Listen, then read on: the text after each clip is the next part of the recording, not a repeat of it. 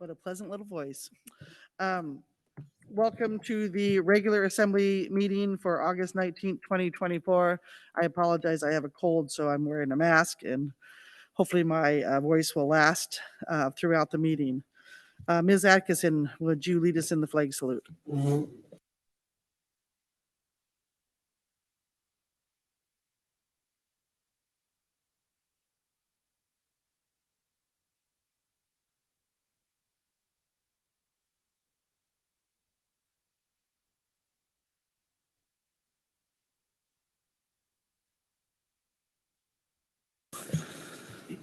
Thank you, Ms. Atkinson. Mr. Smith, will you do our land acknowledgement? Of course, Madam Mayor. We would like to acknowledge that the city and borough of Juneau is on Tlingit land and wish to honor the indigenous people of this land. For more than 10,000 years, Alaska Native people have been and continue to be integral to the well-being of our community. We are grateful to be in this place, a part of this community, and to honor the culture, traditions, and resilience of the Tlingit people. Gunesh Chish. Thank you, Mr. Smith. Madam Clerk, will you call roll? Thank you, Madam Mayor. Ms. Atkinson, Here. Mr. Kelly, Here. Walalki Doc, Here. Ms. Wall, Present. Mr. Smith, Here. Ms. Huskandies is absent. Mr. Bryson, Present. Deputy Mayor Hale, Here. and Mayor Weldon. Here. A quorum is present. Thank you, Madam Clerk. Our first special order of business is recognizing outgoing city attorney Robert Palmer. To save my voice, we're going to have the deputy mayor read the proclamation, but Mr. Palmer, we're going to meet you out front.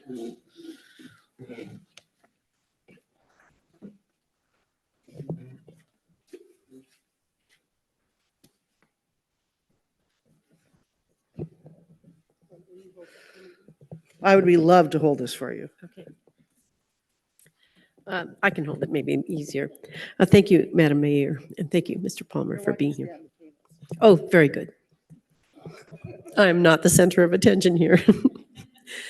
Whereas Robert Palmer III, Rob, is originally from the Seattle area, and whereas Rob earned a Bachelor of Science in Geology from the University of Washington, and then earned a law degree from Seattle University. And whereas, after graduating law school, Rob worked for a small law firm outside Seattle. And whereas, in 2014, Rob and his family moved to Juneau to accept the Assistant Municipal Attorney position with the City and Borough of Juneau. And whereas, from his office window, Rob became an expert eagle-eye mountain goat spotter. And whereas, while he is a sometimes bike commuter, Rob is always an avid skier and hunter. And whereas Rob's colleagues could expect to smell either baking cookies or frying bacon in the office, and whereas in 2018, Rob was promoted to the CBJ Municipal Attorney.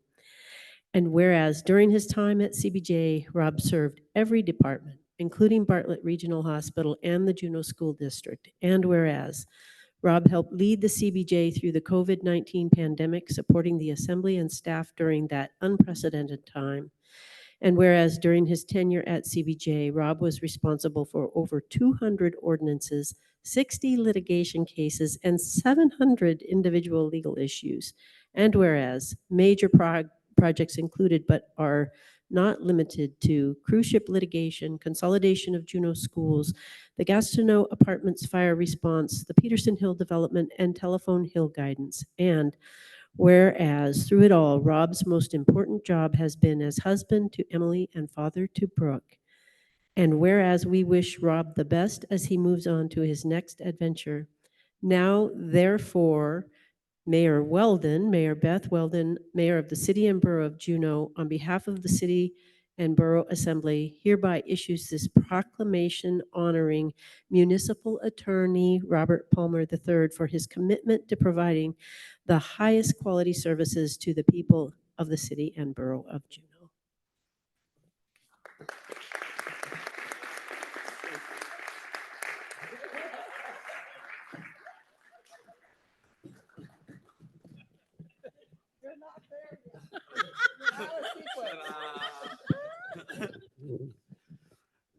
Mr. Bryson was so excited, he brought his gifts.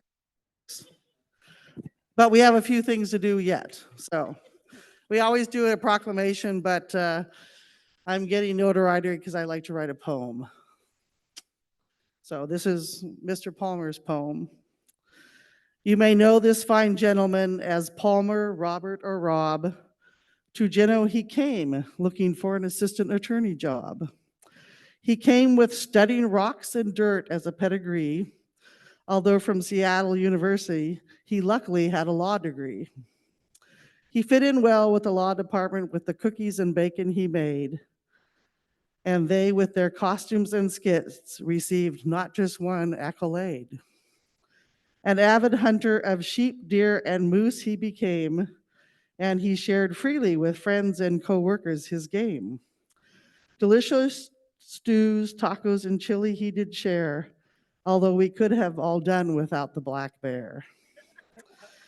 In his career, despite our best efforts to prevail, he worked hard and kept us out of jail. Through COVID and cruise ship litigation, he steered the course. Citing all 200 ordinances he moved would make me hoarse. His colleagues speak highly of his knowledge of law and juggle of workload. Even president of the Alaskan Municipal Association was a stop on his career road. Other duties as assigned saw him and Rory cutting down trees and reaching up high to replace clock batteries. He had an original way to convince his wife to get a new truck. Too heavy of a boat and a blown transmission, what the luck. Dragging Emily and Brooke up mountains made him smile, even though it meant buying a unicorn item once in a while.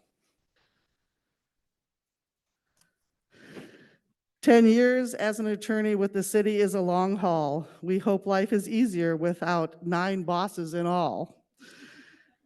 A huge thank you and best wishes to Rob on his next chapter in life. We hope that it doesn't involve late nights of eating peanut butter and jelly off a knife.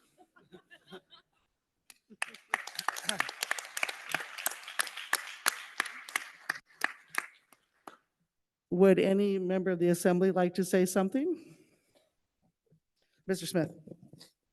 Thank you, Madam Mayor. I'll keep it brief, but Palmer, it has been just a pleasure to work with you. Thank you for your just continued hard efforts for the people of Juneau, a good attitude to go through some very interesting and difficult challenges, and just always trying to provide us the best legal counsel you could. Thank you so much. We're going to miss you, but you have a great team, and that will continue. So we're looking forward to it. Best luck.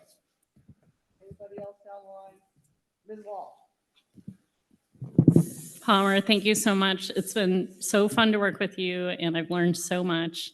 And I think a lot about how hard this job is sometimes. We're kind of always faced by the depressing things that exist in our society and in our community. And anytime I'd come to you with a challenge or something that was weighing me down, you would always just be so positive and have a smile and be thinking about solutions. And it just made my job so much easier. So thank you so much. Anyone else? Mr. Bryson, you get to talk when you give the present. Any member of staff want to say anything? Ms. Kester. Thank you. There are many things I will miss about working with you. Some things that I won't, just to be honest. But I really appreciate, as Assemblymember Wall said, your positive attitude. After particularly difficult meetings, he'll lean over to Robert and Alan and be like, "Congratulations, good job on getting that through," or "Good job on presenting that issue," and it just warms my heart that you're noticing and paying attention. And every time I see him, he's like, "It's good to see you," and he's so genuine, and you just really make people feel seen, and I really appreciate that. Mr. Barr. Thanks. Another word for attorney is counselor, and Rob, you've definitely served that role in lots of different ways, and you've made me better in lots of different aspects of my job, and I've so thoroughly enjoyed working with you. and hope to again in the future. Thank you.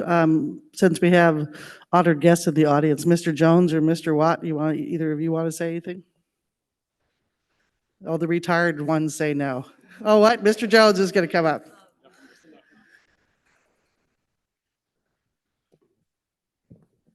I can never turn down a chance to talk.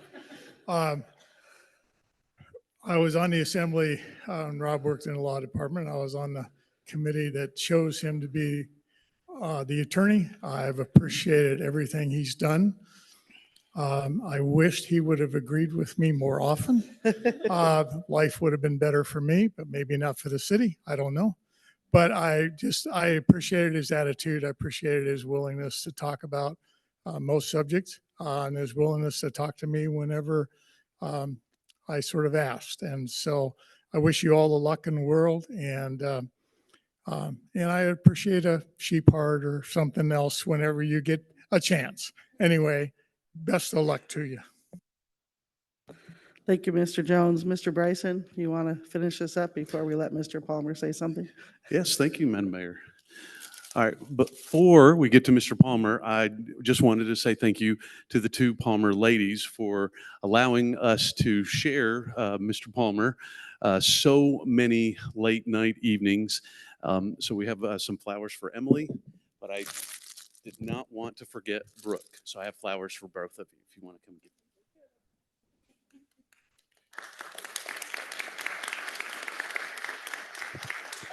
And we really appreciate having Mr. Palmer, who counseled us and helped.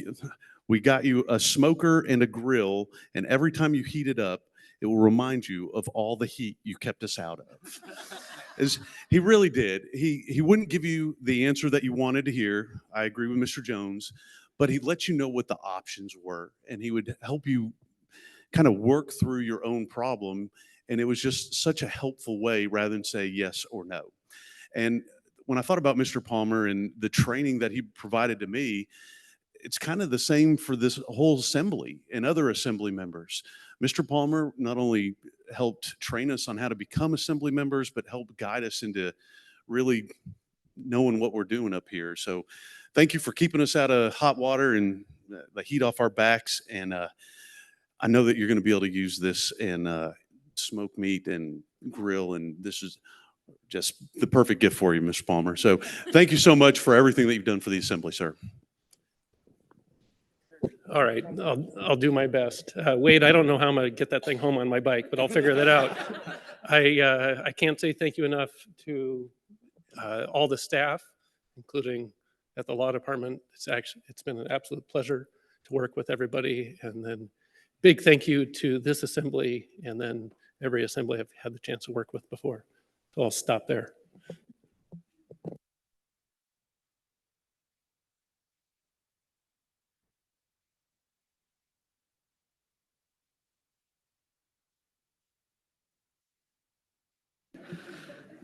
You do have to come back and do the line, just so you know.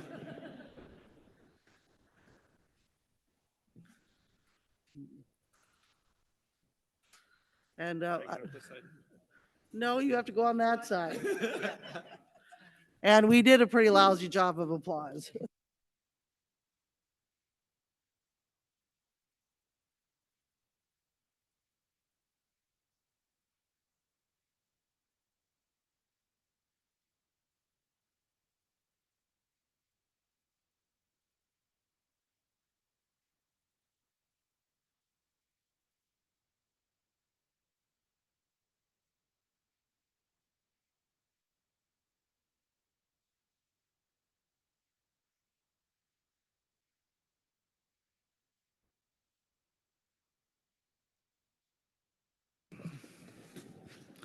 Okay, now get back to work.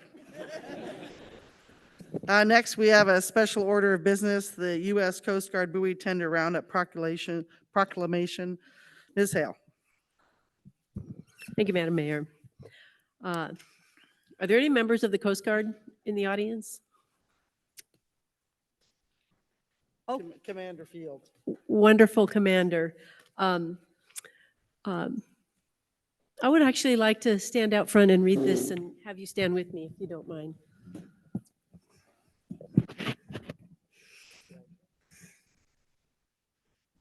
as a gesture of my great appreciation for all of you being here. Thank you.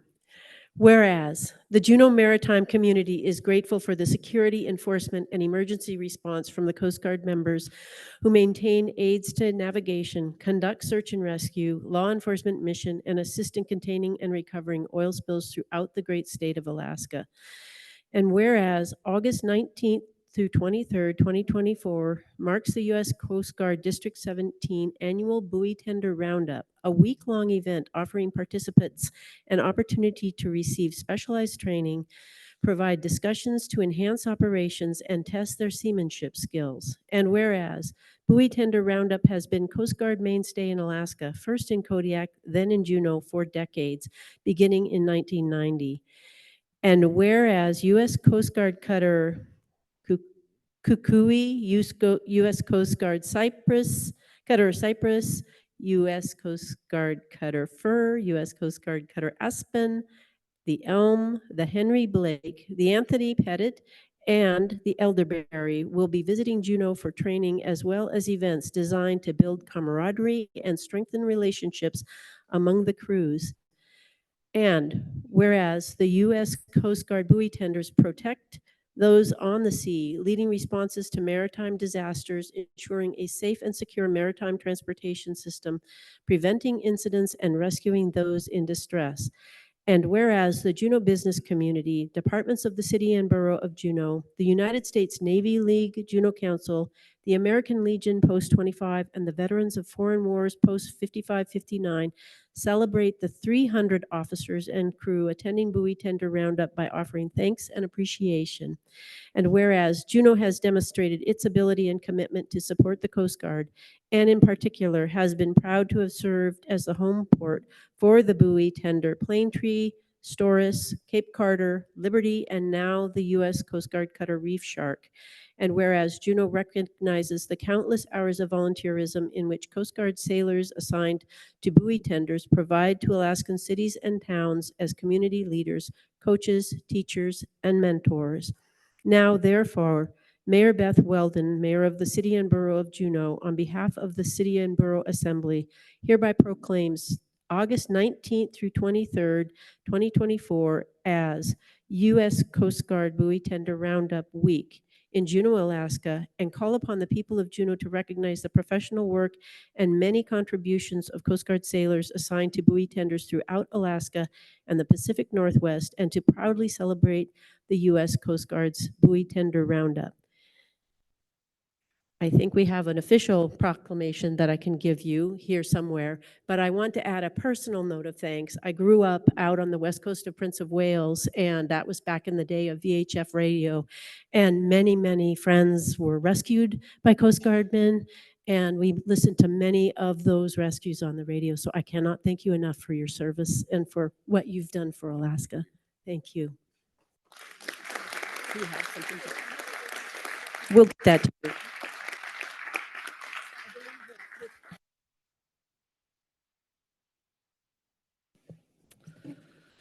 Thank you, Madam Hale. For those of us who grew up on the water, we're very familiar with the pon-pon. Next, we will do an update on Mendenhall flood response. Ms. Kester, are we going to you first or Mr. Barr? Yeah, I'm going to go ahead and kick things off. I'll give you this. This is might take a little bit on the agenda just because of how important it is to our community, but we won't. All right, but we wanted to put it under special orders so that members of the public could participate early in the evening. So what I'm going to do this evening is I'm going to give you an update on the event and on response. Then I'm going to transition to National Weather Service, who we have here to give some information on glacial outburst floods. And then Deputy Manager Barr is going to report on potential mitigation strategies and our mitigation efforts. So while the presentation is getting pulled up, I'd like to introduce partners that have been part of the emergency operations response that are in this room. So if you could please stand, we have Jen Wallace, who's from the State Emergency Operations Center. We have Denise Koch, who's our Engineering and Public Works Director, but also Incident Commander. We have Captain of the Port Stanley Fields, who represents the Coast Guard on our response. We have Carl Yucatel, Port Director, who's on EOC and will be Operations Section Chief. Lauren Jones, who represents the Red Cross. Aaron Jacobs and Nicole Farron, who are National Weather Service, and they've been here with us through and through. And Deputy Manager Barr doing yeoman's work at every turn. I also want to thank our media presence because during these first days and hours, you getting information out there to our public is so important. So just a round of applause for our team.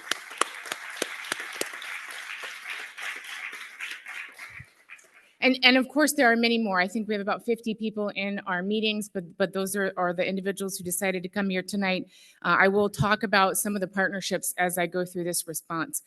Just to give an event timeline, on August 5th, I was going to say we were in this room right here. If you could go back, please.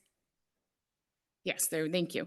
On August 5th at 8 p.m., we were all sitting in Assembly chambers doing a committee of the whole meeting, and the floodwaters were rising, didn't know what to expect, but that's at the point where National Weather Service began pushing out the mass notification system, and people were getting notifications in their, if they entered into the flood area on their cell phones.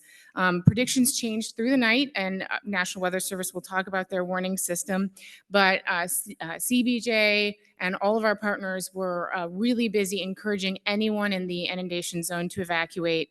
We didn't do a mandatory evacuation. It's very rare for us to do that, but went door to door, lots of messaging. This slide I just thought was really impactful. This is the morning after and just really shows the scale of the event in the early morning hours on August 6th. Next slide. We stood up sheltering for the campers at the Mendenhall campground earlier on the day of the 5th. That's pretty normal. We have these yoke loops since about, I think it's 2012. Whenever we get to about a 12-foot event, the campground floods. So we've got a pretty routine evacuation. What is less normal is standing up an emergency shelter. So we did stand up an emergency shelter at Floyd Dryden. Next slide. I think I have a picture of that. So this is, I mentioned we were evacuating. This is just a picture, and for respect for privacy, I don't have the individual there, but we did stand up an emergency shelter at Floyd Dryden. Really had low participation. Red Cross was there, and that's a picture of Red Cross, Lauren Jones, and Parks and Rec Director and Logistics Section Chief at the shelter. Low participation early in the night, but in the middle of the night, 43 people in total came to shelter there, and that's because just weren't expecting the inundation. So we had people who were coming in very wet, very cold, had to go out and find clothing for them actually at Bartlett and blankets because some people had to swim. You saw the picture of someone being rescued by CCFR in a boat. So really some harrowing stories. I'm sure you've all heard of basement apartments, families narrowly escaping, family pets passing. So, we all have heard a lot of those stories, and our hearts really go out to our community that have experienced such devastation. Next slide. These are just some drone footage that were taken morning after the event. In total, we have 287 homes that were flooded. And you can just flip through these. Clerk Beth, there's like 4 slides just to give perspective on the magnitude of the flooding.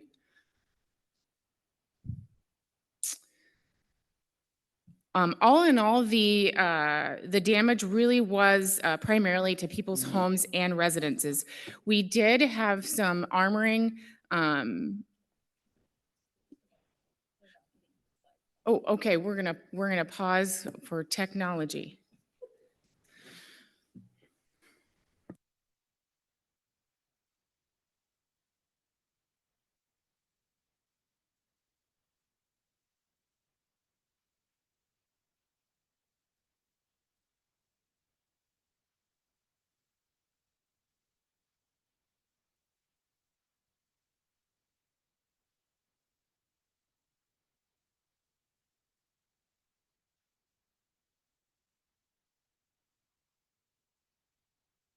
All right. Thank you. If you could just cycle through, these are just some slides that really show the magnitude of the flooding. I mean, many homes had over 4 feet of water in them, many places that really weren't expecting to flood. And of course, that's why this event has been so devastating to so many in our community. This is a street view, just kind of, again, shows a street that we should be able to drive down. I believe that's Riverwood. All right, this is the next morning at about 7 o'clock in the morning. So floodwaters had been receding by then. Next slide. All right, these are some images that that Director Koch took from the Coast Guard helicopter. The Coast Guard went up to survey, and if you could just pause here for a minute, went up to survey the damage, and our armoring, held pretty well. There were there is some damage to our armoring, CBJ armoring, I suspect to personal residences as well. But all in all, the armoring held the bank. We did have bank erosion, and you can flip to the next slide.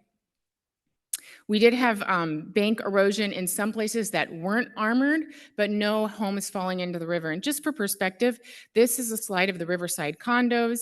You can see the house from last year that is still, kind of under, still in shambles from last year. And if you switch to that next slide, just for perspective, this is that home last year and Riverside condos last year at this time. So really phenomenal, the work that was done on the bank stabilization. But of course, we know that eroding bank was not the most devastating part of this year's event. Next slide. So this is the Mendenhall wastewater treatment plant. Last year got really close to eroding that structure, and you will see emergency appropriation for some repairs to this plant today. But again, that did hold. Again, just some images taken from the helicopter the next morning. Really phenomenal. This is hours after the peak, and the floodwaters are still so high. Again, this is just water over the road, very brackish water, and some of the impacts there. And this is, after 10 o'clock in the morning on the 6th. So actually, if we can, some of the other damage that I just want to highlight is, I mentioned that there's been damage to bank that has not been stabilized. Diamond Park Fieldhouse, we lost about 40 feet of bank in front of the field house. So right now, the bank is 20 feet from the foundation of the field house. So I think a policy decision that we're going to have to struggle with, or you will have to struggle with as a body, is armoring that bank. It's about $600,000 to armor that bank. It's not included in your emergency resolution before you because I really wanted to limit the resolution to emergency measures, but know that we will be bringing that topic to you as well. Next slide. We had really quick response from our delegation. The governor verbally declared a disaster in the early morning hours of Tuesday. I know Mayor Weldon was on the phone with Senator Sullivan and Murkowski on Tuesday morning, and this is Thursday, where we had a panel briefing the delegation, and then did site visits with the governor and with the senator. And the state of Alaska really leaned in hard to assist us on this, and we are very appreciative. We also, next slide. We also had a visit on Thursday from Senator Sullivan and his staff. And in addition to giving him a briefing and site visits, we talked a lot about the kind of mitigation, right? And he has been instrumental in engaging the Corps. I mean, I've gotten phone calls from Army Corps of Engineers, the entire delegation, Congresswoman Peltola, Senator Murkowski, and Senator Sullivan have been instrumental in leading that charge. Of course, Senator Sullivan has direct oversight over the Corps, so that helps us a lot. And then next slide, this is just a picture of visiting the Tribal Operations Center with Representative Peltola, Story, and Hannon. You can barely see Hannon, even though she's very tall. And I just, we're smiling here because I think we've all, by then it's Sunday, and we've all just been working nonstop and are taking a moment to feel grateful. And so I like this picture because it is just some really hardworking people feeling grateful for the partnerships. And that's really been signature of this event. So now I want to move a little bit into the response. As I mentioned, the state of Alaska has just been monumental in helping out with the response. This is, of course, DOT employees helping load up. That's a DOT loader that they're loading. They had 4 dump trucks and 2 loaders working around the clock. Next slide. Again, we had 40 and still have some National Guard troops on the ground, mucking out crawl spaces, helping load loaders for debris, helping with supplies, and they helped both Tlingit and Haida and CBJ response. We also had a tremendous support from the Department of Environmental Conservation to waive restrictions for mixed waste and landfill cover so that we could move the tremendous volume of waste efficiently. We had support from and still have support from the State Emergency Operations Center. You met Jen Wallace earlier. We all have other employees right here on the ground. They are staffing disaster assessment centers to get individual assistance and housing assistance to employees out of the Mendenhall Valley, and also there's a tribal location. Do you remember where the tribal location is? Generation Southeast and Lemon Creek. And both of those locations are open to everyone who's looking for assistance. Next slide. This is Stuart, who's kind of he's just a phenomenal trash, all things trash, and he's been out there in the field with National Guard helping. Next slide. Another thing that the state has been able to do is shipments of supplies. These are blowers and dehumidifiers that they had like the next day just flown in on Alaska Airlines jet so that we could hand those out at Melvin Park where our volunteer coordination center was. Next slide. Also, a big part of the response that all teams really didn't want to lose sight of is the mental health aspect for both the people who went through this and the responders. And so the K-9 support team is in town, I believe, still providing assistance. There's three K-9s with their handlers, and I believe this is a K-9 in training, but really some phenomenal stories from the field. And it's just so great that we're acknowledging and the state acknowledges that very human part of response. Additional support that the state's given us is staff. Our volunteer coordinator is on loan from the staff. From the state, we have a public information officer that's helping Meredith in our office. So just phenomenal support from the state of Alaska and from Governor Dunleavy. DOT has just been amazing partners on this. I mean, they've worked around the clock. Other partners in response is Tlingit and Haida. They have a tribal operations center. They had over 30 employees in the field the next day out there helping people, identifying needs. They also were feeding victims and volunteers. You saw the Smokehouse catering van out there handing out boxed lunches. They distributed supplies. And what's really great about their responses, they have a true emergency operations center with dedicated staff. So really professional level of response, and really happy to have them as partners. At CBJ, we of course have our emergency operations center. And you can, next slide, I think I have, yes. And we had the volunteer coordination center. That is a picture here. Many of you have been to that site. We had our mobile incident command set up there, and really dispatching supplies, dispatching volunteers. Communication was a huge part of this event, and Meredith has done a great job of that. Parks and Rec has staffed the volunteer center. Library has helped us with staffing. Of course, CBJ has a policy for employees who are affected or who want to volunteer to take 2 weeks of leave for that. Streets is out there every day. We were able to get we had a childcare business affected, and Deputy Manager Barr was able to get that stood up at Floyd Dryden. And next slide. These are some volunteers at Melvin Park who are mucking out. They put a new image to the word mucking out. We had over 200 community volunteers sign up to help out their community. The other community partners we had was Red Cross. Of course, in addition to sheltering, they do a damage assessment and they do housing assistance team. Rubicon, you may have seen around town. They have a crew of 15 that came in and did mucking out and volunteering from across the Pacific Northwest. And this is truly amazing. Salvation Army, with the help of a World Hunger Grant and almost every faith-based organization in our community, fed over 2,000 meals to volunteers. United Way staffed our volunteer coordination center, and the Juneau Community Foundation has been collecting donations from businesses and the community to distribute. So pretty phenomenal there. Next slide.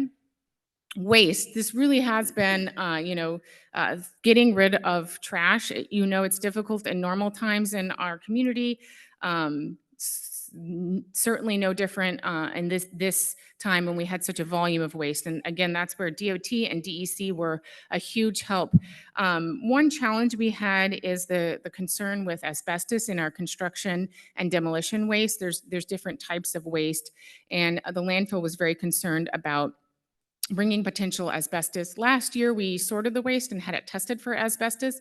And granted, the breadth of the affected homes was larger this year, but we found no signs of asbestos. DEC was very helpful in waiving some of those requirements. Nevertheless, we were not able to dispose of our C&D waste at Capitol Landfill. So we have staged it here at the Lemon Creek gravel pit, and our shipping waste through Republic. AML is actually donating those shipping costs, and so it's much more economical for us to ship the waste through Republic than landfill it locally, which is just the nature on the beast. But because of this challenge, we are working on permitting for the Lemon Creek gravel pit so that we can use it as a transfer site when needed. Let's see, next slide. Then this is just a container. Republic responded quickly, got some containers on the barge. And this is my last slide, but I got a couple more things to talk about. Our next operational period, we're really going to be focusing on establishing a process to vet mitigation ideas, preparing our disaster estimate for FEMA. They're going to be here on the week of the 26th to assess the damage and really make an argument for federal assistance. Federal assistance leverages more dollars for our homeowners. Individual assistance through the state is about $20,000, and that doubles when you get federal assistance. So the state will be making that request, and we'll be putting all the information together to make that a really good request. And the third goal for this next operational period is connecting our community to resources for recovery. That includes temporary housing. People who've been displaced from their homes are eligible for up to 18 months of temporary housing assistance. That's individual assistance. And then the state is working through their volunteer assistance to connect organizations that have volunteered to help with recovery, so help with reinstalling sheetrock, insulation. Samaritan's Purse is an organization, for example, that's already reached out. So those are some of the next goals that we are working on. And I just want to end with this, in my part of the presentation, with this slide here that talks about communication, because in any event, communication is so important. And this is the flood response webpage. It has all the up-to-date information. We have been doing a lot of posts. We've had 52 unique updates and information releases, and they've really gotten a lot of response. People are reading these press releases. People are reading these long, detailed press releases. So I want to thank the public for that, because that's really how we're getting our information out to you. And also to encourage you to use the flood response email with questions. The reason why that's so important is that multiple people see that, so we can triage and answer your questions much more quickly than a phone call. So that wraps up what I have to say. And unless there are questions from the Assembly, I would like to pass it on to the National Weather Service. Questions from the Assembly? Mr. Smith? Just checking, Madam Mayor, is this the last time we'd have chance to ask staff questions, or No. can we do it afterwards too? No. Okay. We're going to keep going. Okay, on very staff. good. Thank And you. you're going to kind of have to wave because I can't see you. We're not curved naturally. All right, Ms. Kester, who is next? I'm Erin Jacobs with National Weather Service. Mr. Jacobs. Great, thank you, Mayor Weldon, City Assembly members. My name is Aaron Jacobs. I'm the Senior Service Hydrologist and a Meteorologist for the National Weather Service in Juneau. And I'm going to talk about the monitoring and forecasting that took place during this major record flooding event along the Mendenhall Lake and River. So I'll just wait till the slides come up. I guess the first thing I guess I could say while I wait is that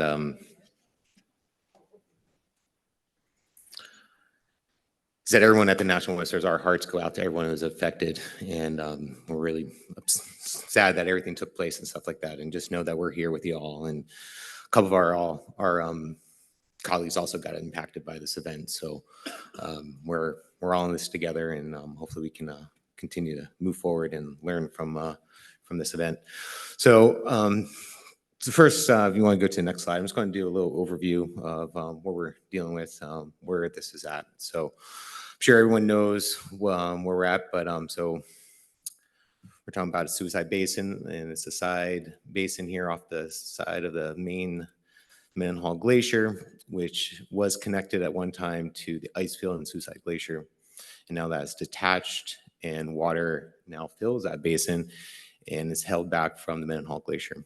And then once it gets to a certain level, it releases that water from underneath the glacier, and then water flows out down the Mendenhall Lake and into the river.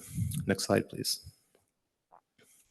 So just to get an idea of the size and the girth of this basin is that you can put 4 large cruise ships from one end to the next.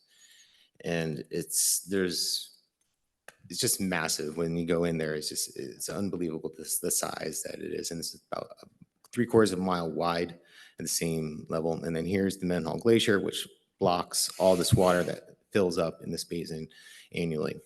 Here's the detached Suicide Basin, Suicide Glacier, which at one time it was connected all the way down into the basin, and that ice used to fill the basin, and now that glacier is not doing that. And so now meltwater from the rain, the snow, the ice throughout the spring and summertime refills the basin each year. Next slide, please. And so just how do these glacier outburst floods or GLOFs take place and how they form? So in Suicide Basin, we have this one side tributary glaciers that retreated back, and you have this side marginal lake that forms. And throughout the year, once the water volume increases a certain amount, it creates a hydrostatic pressure that lifts up the glacier, and then the water is able to flow underneath the glacier and connect into the subglacial conduit. And the subglacial conduit is what the way the water is able to flow from the Mendenhall, through the Mendenhall Glacier into Mendenhall Lake. And so the quicker you can get the water from the basin into Mendenhall Lake through the subglacial conduit, the higher the peak can be. Next slide.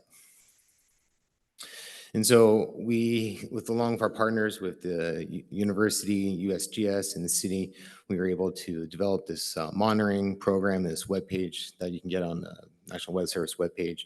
And from this webpage, you can get all different types of web camera images. We have now 2 different cameras. So we have one looking at the main basin, which you can see here.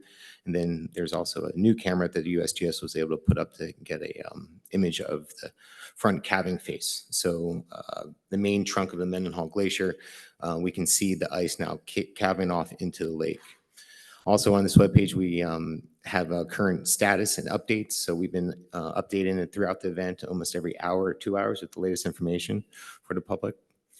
And there's also a bunch of links for information on these events, inundation maps, and then also you have the hydrographs. So you have the hydrographs of the Mendenhall Lake, and then also the new laser data that the USGS was able to install this past year. So we can actually see real-time level of the ice and water in Suicide Basin.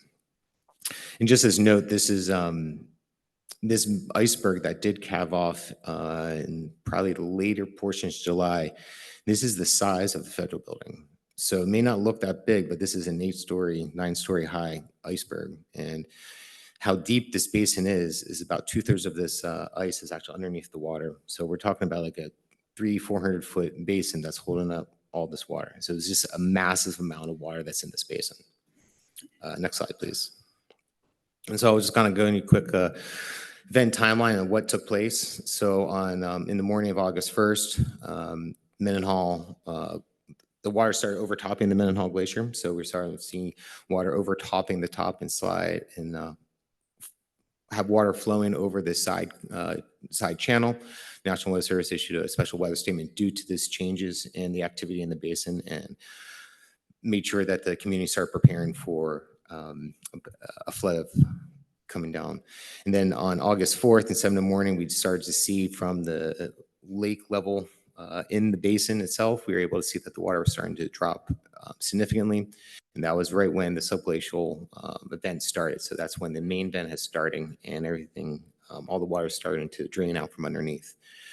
National Weather Service at that time issued a flood warning in the morning around 10 in the morning, 10:48. As then we started seeing the water from Suicide Basin start hitting the Mendenhall Lake gauge. So that's right around in this time frame when we started seeing that rise coming up on the lake. And that was indicative of that subglacial conduit established itself that the water was flowing from the basin into the lake. So we issued that forecast, and because we had a full basin and what we knew from last year and the amount of water that we were able to do with our partners at the USGS and UAS, we put out a forecast of near record levels of previous last year from 14.97 to just over 15 feet. And then in the morning, we had a minor flood stage that was reached by August 5th. And then we updated the forecast. In the morning, we started seeing that there was a little bit of a steeper rise coming from the basin and into the lake. And so we did some analysis, we worked with our partners, and we updated the forecast. And we updated the forecast with a new record peak of 15.7 at 2:59 p.m. And by that time, we started putting out a lot of information on social media of what the changes were, why we were seeing that, and that what materials that people could get to start figuring out of being impactful or not. And then we did hit a record stage or over a major flood stage by 9 p.m. on the 5th, and then crested at a new record stage right under 16 feet at 3:15 a.m. And then we did hit below minor flood stage by 12 p.m. And total, that was 28 hours of above flood stage. So this was a little bit longer than last year's event, but it was a foot higher than last year's. Next slide, please.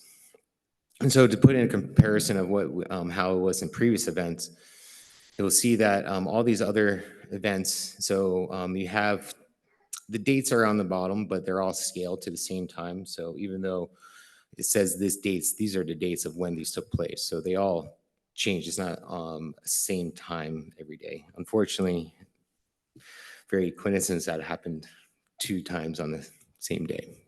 But as you can see previously, we've only seen a very cluster of events staying below this 12-foot level. And then you can see this next blue line, that was last year's. And then you can see the black line, that was this year's.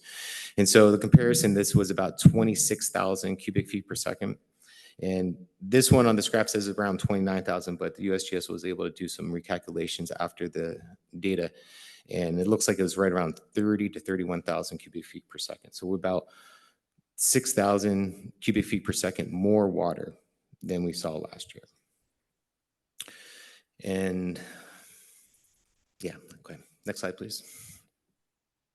And so these are the inundation maps that are available up to 16 feet in there on our webpage. And you can see just the inundation that took place all along up in the around Mendenhall Lake, View Drive, the campground, and then all this inundation west of Riverside Drive, and all even down towards the high school and the aquatic center. And this actually verified, unfortunately, quite nicely from what we actually saw from those aerial imagery. And we did see some water coming on the east side of Riverside. And then again, all these residents were impacted and inundated. From my accounts, it seemed like the water came across Killowitch, and then came through Riverside, and then down through these residences. And then there was a breach over here on Meander that came in through this way. And so everyone started seeing water come in from that direction. The water down in here, from my accounts, when I was in the mornings, was that the water was coming up through the storm sewer drains because the water had nowhere to go because the Mendenhall was still very high. So I think this is what the flooding. Ooh. Oh, sorry. So right down in this area, I did see like an artesian water coming up right through this area right by the aquatic center. And 2 o'clock in the morning, when I was still around, right by Safeway, water was coming up through the manholes through in there. But majority of the water did come over these 2 breaches. Marin Drive was also another area where water came up and over and into Riverside, and then all along, Killowitch, and then down here towards Meander. Next slide, please. And so during the whole event, this is some of the decision support services that the Weather Service put out throughout the event, of the updates on the flood warnings, a lot of different videos of what was going on, how to prepare. We were even putting out core partner emails to the city and other agencies so they knew what we're expecting and how to prepare the community for it. Next slide. And then after the event, it took 2 days to go through all the different high water marks and document the event so then we can improve those inundation maps in the future. We only have them up to 16 feet, but we are working with some other partner agencies to update those maps and get them above 16 feet. But you can just see the large birth of damage that was done to certain places and just how much water was coming through some of these areas against this fence areas. And this is where how high the water was behind the forecast office. So it's almost 6 feet high of water just behind the forecast office. So we were out around the community for 2 days, just documenting the event and getting all the high water marks before. This image to the bottom right here is very interesting, where we had water coming back into the river along River Court. So after it was coming down Riverside, it was coming back and around towards River Court, and it was actually the water was finding its way back into the Mendenhall River. So this is what you're seeing is water and erosion going back into the river. So even though all the water upstream was coming out of the river, it was able to come back into the river down through in here. Next slide. I think that's it. So I think I'll leave it there. And if anyone has any questions, I can take it now. Thank you very much. Any questions from the body? Mr. Smith? Thank you, Madam Mayor. Thank you, Mr. Jacobs, for your work and dedication. I guess I was wondering, so this was the largest discharge we've had. Is there any idea why? And do we any expectations for the future in terms of size and discharge amount? Yeah, Mr. so Jacobs. UAS and the USGS was able to go up into the basin right after the event to do another drone survey. And so from that drone survey, we do differencing from a full basin drone survey. We have a digital elevation map. And then once the basin's empty, we do another survey with it empty. And so then we take the differences between it. We can figure out how much water came out. And essentially what took place in this event was that more water was able to flow out that we saw last year. So last year when we had that drone survey, there was still water in the basin. And we couldn't really tell exactly how much water was still in the basin. So we took a reasonable guess at it, and we were a little bit underneath of it. But now we have a much better understanding of that basin's size and bathymetry. But there's also a lot of different complicating factors where we have ice moving in, we have ice melting. There it looks like there is a little expansion of it getting larger, expanding out onto the Mendenhall, but that's all preliminary. We're working with UAS and USGS to come up with a scientific plan to answer some of these questions of like how much bigger could it get, how long are we going to be dealing with this? Some more specific questions to the Mendenhall system. There's been a couple studies in the past just on the evolution of these glacial dam lakes, but nothing's particular for this one on the Mendenhall system. So we're going to be meeting later on this week, along with the River Forecast Center with the National Weather Service, to go and try to come up with a game plan of how we can approach this and come up with some answers to some of the questions that you guys may be wanting to answer.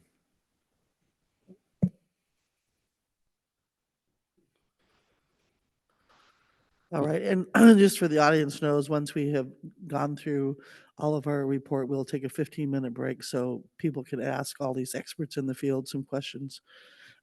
Because otherwise we don't have a way to do that. Ms. Kester, who is next? Deputy Manager Barr. Mr. Barr.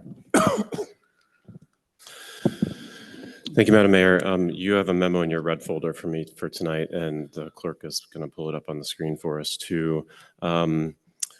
We're still in the response phase, of course. We're nearing a kind of stable period of that, but we wanted to work on compiling all of the various prevention and mitigation ideas that we are hearing, that have come in from the public, from staff, from partner agencies.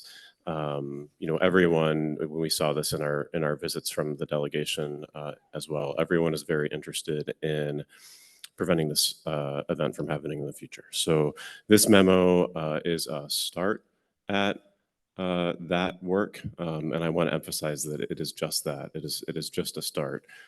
We think that much more will need to follow to realize success, of course. So I'll also note by saying that no ideas have been omitted at this point in the process, and there are undoubtedly more concepts out there than are what is captured in this memo that will come out as we continue to have public process and likely working groups on this topic. It's also worth noting, and you saw this in one of Mr. Jacobs' slides, that there have been events in the past, Yokaloops in the past, where we had a higher starting river level. And we were lucky this year in one respect, in that the river started low. We didn't have lengthy periods of rain before the Yokaloop. And we were also fortunate in not having significant amounts of rain immediately after the Yokaloop, because that really aided our recovery efforts.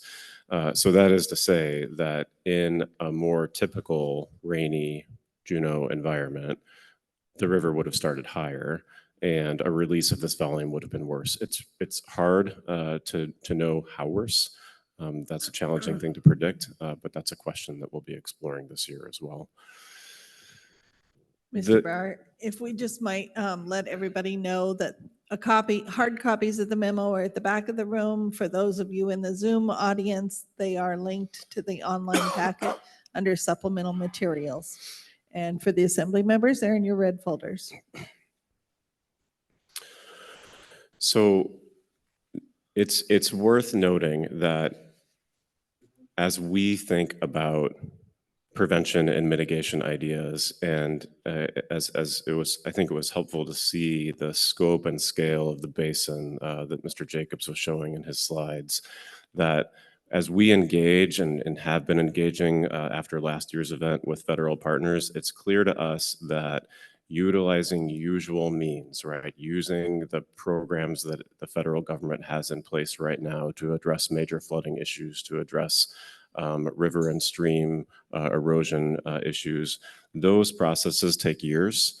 They start with years of study, and then they, depending on the results of that study, which is expensive, one of the programs that I talk about in this memo has a study period of 3 to 5 years, has a $2 to $3 million federal cost share, and that's required to be matched dollar for dollar with local money.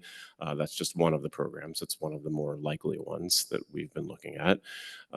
Dependent upon the outcome of that study, then you're looking at a much larger construction project budget that for a community like ours may typically require as much as a 35% cost share. So that's the usual process. And so what these paragraphs on this first page really are trying to drive home is that if we want to see measurable action, something that works towards the goal of prevention and mitigation by next year, we really are talking about exemptions to the usual process. That's what we would be talking about. And that is something that can only be done via political mandate and really at the congressional federal level. Okay, so going on to this first page with images. I won't dwell on that first image too much, clerk, but if you could scroll up just a little bit, Beth, so we could see that. Mr. Jacobs oriented us to this already, but Suicide Basin is here in the middle. Suicide Glacier is up on the top. This is Mount Bullard. And if we could scroll down to the next picture, one of the concepts, and again, these are not presented in any particular order. There's no attempt at ranking made. They're just listed. So one concept for mitigation is to tunnel through Mount Bullard from two sites have been preliminarily considered. One that would start at Mendenhall Lake, and another that would outlet in Nugget Creek, and then of course go up to Suicide Basin. There is about 1,000-foot elevation difference, maybe slightly more, between those two locations. And if you could scroll down. These pictures conceptualize what a potential tunnel could look like. This might be slightly larger than we need, although maybe not. We're not really sure. And then this is a concept of a tunnel at a grade that can be managed, and then the potential need for a tunnel at a grade that would need to be bored from Suicide Basin to meet this tunnel that would theoretically be driven from the Nugget Creek or Mendenhall Lake side of Mount Bullard. The path, the overland path, as shown in the first image that we were looking at, is about just under 2.5 miles long. Obviously, from an accessibility point of view, the lake at the Nugget Creek waterfall or thereabouts is much more accessible than Nugget Creek back in the forest. Nugget Creek is generally accessible on foot from East Glacier Trail, if you're familiar with that, if you hike that at all. So if we could keep scrolling down. A very abbreviated list of questions and unknowns are included under each option. Some of those that would need to be explored for this option are thinking again about the slope of that tunnel and what is feasible from a mining perspective. We've very, very preliminarily been engaged with some of our local mining experts to have those conversations. Some of the images that you see in this memo were provided by local folks that work in this arena. We would need to figure out how to deal with tailings. We would need to think about how wide that tunnel would potentially need to be. Our early best guesses are between 16 and 15 feet, but again, those are just guesses right now. We would need to think about and figure out the amount of water and the speed with which that water would and could need to go through that tunnel in order to accommodate, in order to keep the basin from filling. That would be the goal. So the speed, the amount of water that we would need to drain would need to exceed the amount of water that the basin fills with.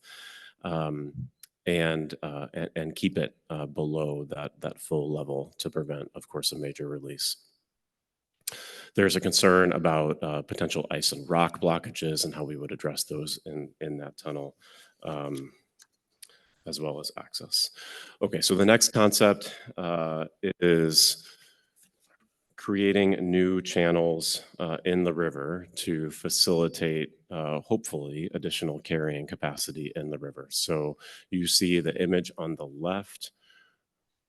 So this is, we're basically looking at areas of the river that create natural dams. So where the river slows down, where water, when we see a basin release, water starts to go through the river at speed, and where the river curves sharply, it slows down, and we saw it jumping its banks up at Killowitch in particular, and then of course down here as well.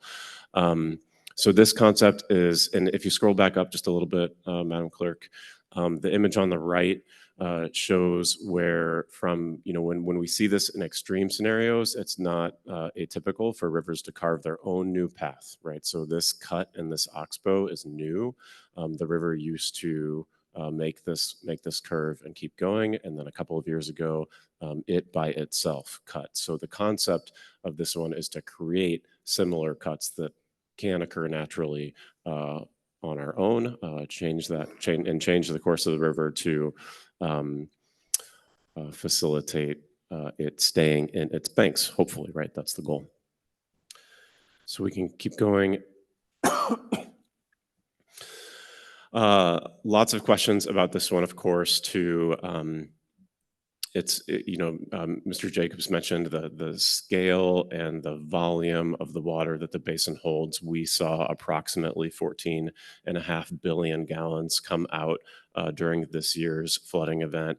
Just for context, that's about 12. So we saw that come out in about a 24-hour period, and that is about 12 times the amount of potable water that we as an entire community use annually. So that I found that to be useful from a scope and scale point of view. It's just incredibly significant. A couple of things worth noting that we would need to consider about this particular concept is the property. Now, not the river itself, but the property that was on the left-hand side of that image is CBJ owned. That wouldn't necessarily prevent us from having to engage in significant permitting processes. We still would, but we do own that property.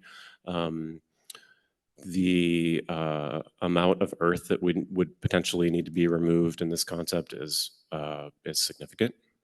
We engaged with a local engineering firm to give a very, very preliminary budget level estimate of what that would look like. That came in at $24 million, 10 million for one of these potential channels and 14 for the slightly longer one. A lot of questions that we need to be answered on this particular one. Site access, of course, is always a question. And a big one is caring for and analyzing any unintended consequences that we might see further downstream of this area of the river that we don't see right now because of the natural slowing that occurs and flooding that this year, of course, that we saw that occurred, and what that might mean downstream of the river if the river is moving with more water and faster, something that would need to be analyzed.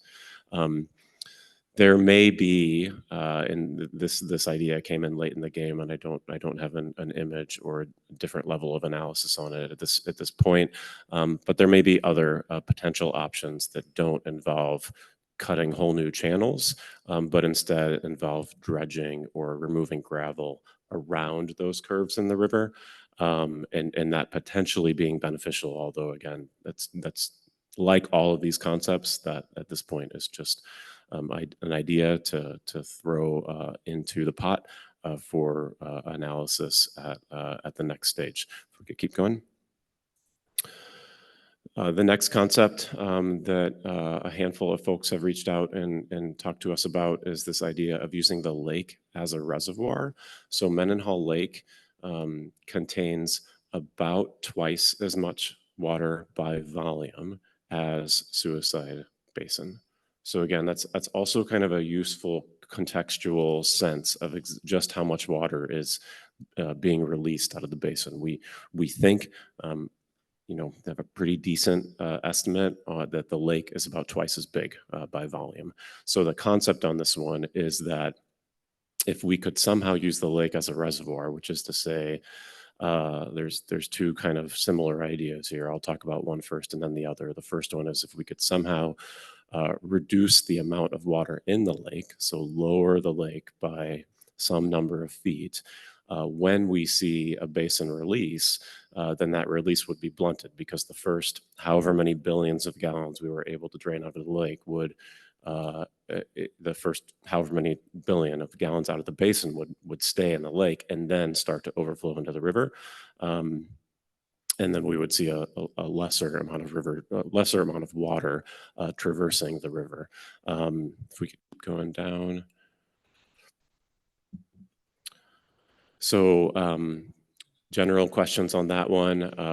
We know the lake fills with water from many natural sources. So similarly to draining the basin, we would need to figure out and understand the rate at which the lake naturally fills, and then institute pumping or siphoning systems that more than exceed that amount, right? More than exceed the amount that it naturally fills so that we can lower that lake water and create that reservoir such that when the outburst flood happens, the lake is able to blunt the impact. It's possible, we don't really know, that the amount of water we would need to drain out of the lake would reduce the elevation of the lake such that that elevation is below or very close to the inlet elevation of the river, which may mean that the river would slow to whatever rate we were able to pump water into it in the days or weeks, potentially month leading up to an outburst flood. Those impacts would need to be analyzed and understood. We don't thoroughly understand and would need to understand the impact that that would have not only on environmental concerns, but also on the impact that it might have to the river itself. So if we assume a fast river scours itself and maintains and gains depth over time, maybe, again, we don't really know, that a slow river could have an alternative impact and end up having that unintended consequence of reducing the river's carrying capacity, which would not help us from a flooding perspective. Again, I've been talking with folks that have been submitting these concepts and asking for their many of them are engineers and experts in the field and are willing to do some napkin math, I've been calling it. And the napkin math on this particular concept is that the amount of pumping that would be required to move the volumes of water we're talking about is substantial. It would require, I had numbers in here, but the person I was working with was a little bit uncomfortable with the numbers that we had arrived at. So many large pumps operating for weeks and potentially months ahead of that GLOF event to potentially accomplish what we're talking about here. If we could keep going. Okay, so this is a zoomed in photo of the inundation maps that Mr. Jacobs was showing us, and I'll orient us just a little bit here. This is Mendenhall Campground. This is the View Drive area. Both of these areas are used to flooding. The campground pretty much annually, and View Drive at moderate major flood stages. They see this all the time. The folks that use those two spaces and live in the View Drive area are very familiar. This is the Dredge Lake area neighborhood. This is the Dredge Lake area trail system. And of course, here's the Back Loop Bridge. This concept is to institute some combination of dikes, dredging, and a controlled release mechanism to really similarly utilize the lake as a reservoir, but instead of draining the lake, you're increasing the lake's carrying capacity. So implementing dikes and areas that flood soonest right now out of the lake, and then utilizing some sort of system to release the water out of the lake at its inlet where the lake meets the river,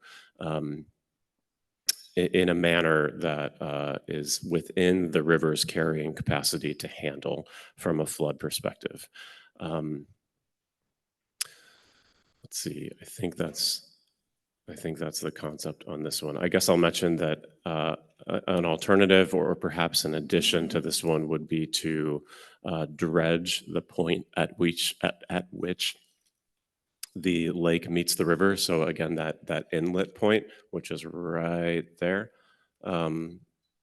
dredge that to enable the lake to drain faster without having to use pumps and siphons.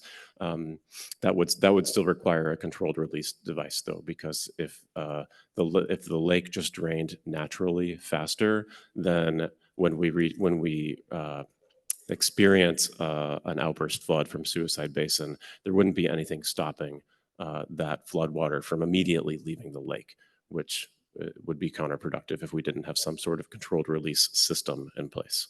Okay, we can go to the next one.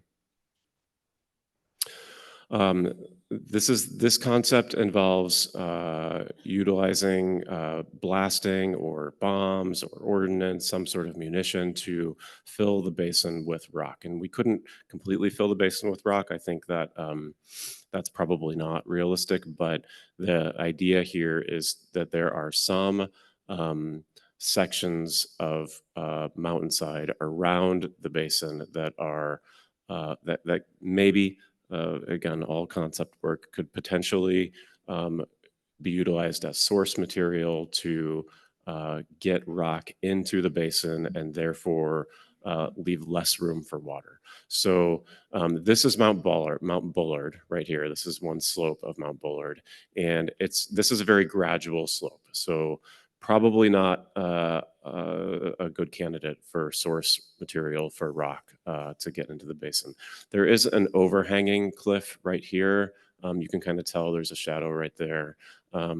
Potentially a source material for rock. One challenge, though, is that there is about a quarter of a mile from here to the very edge of the water in the basin, and really about half a mile from where we would need the rock to be.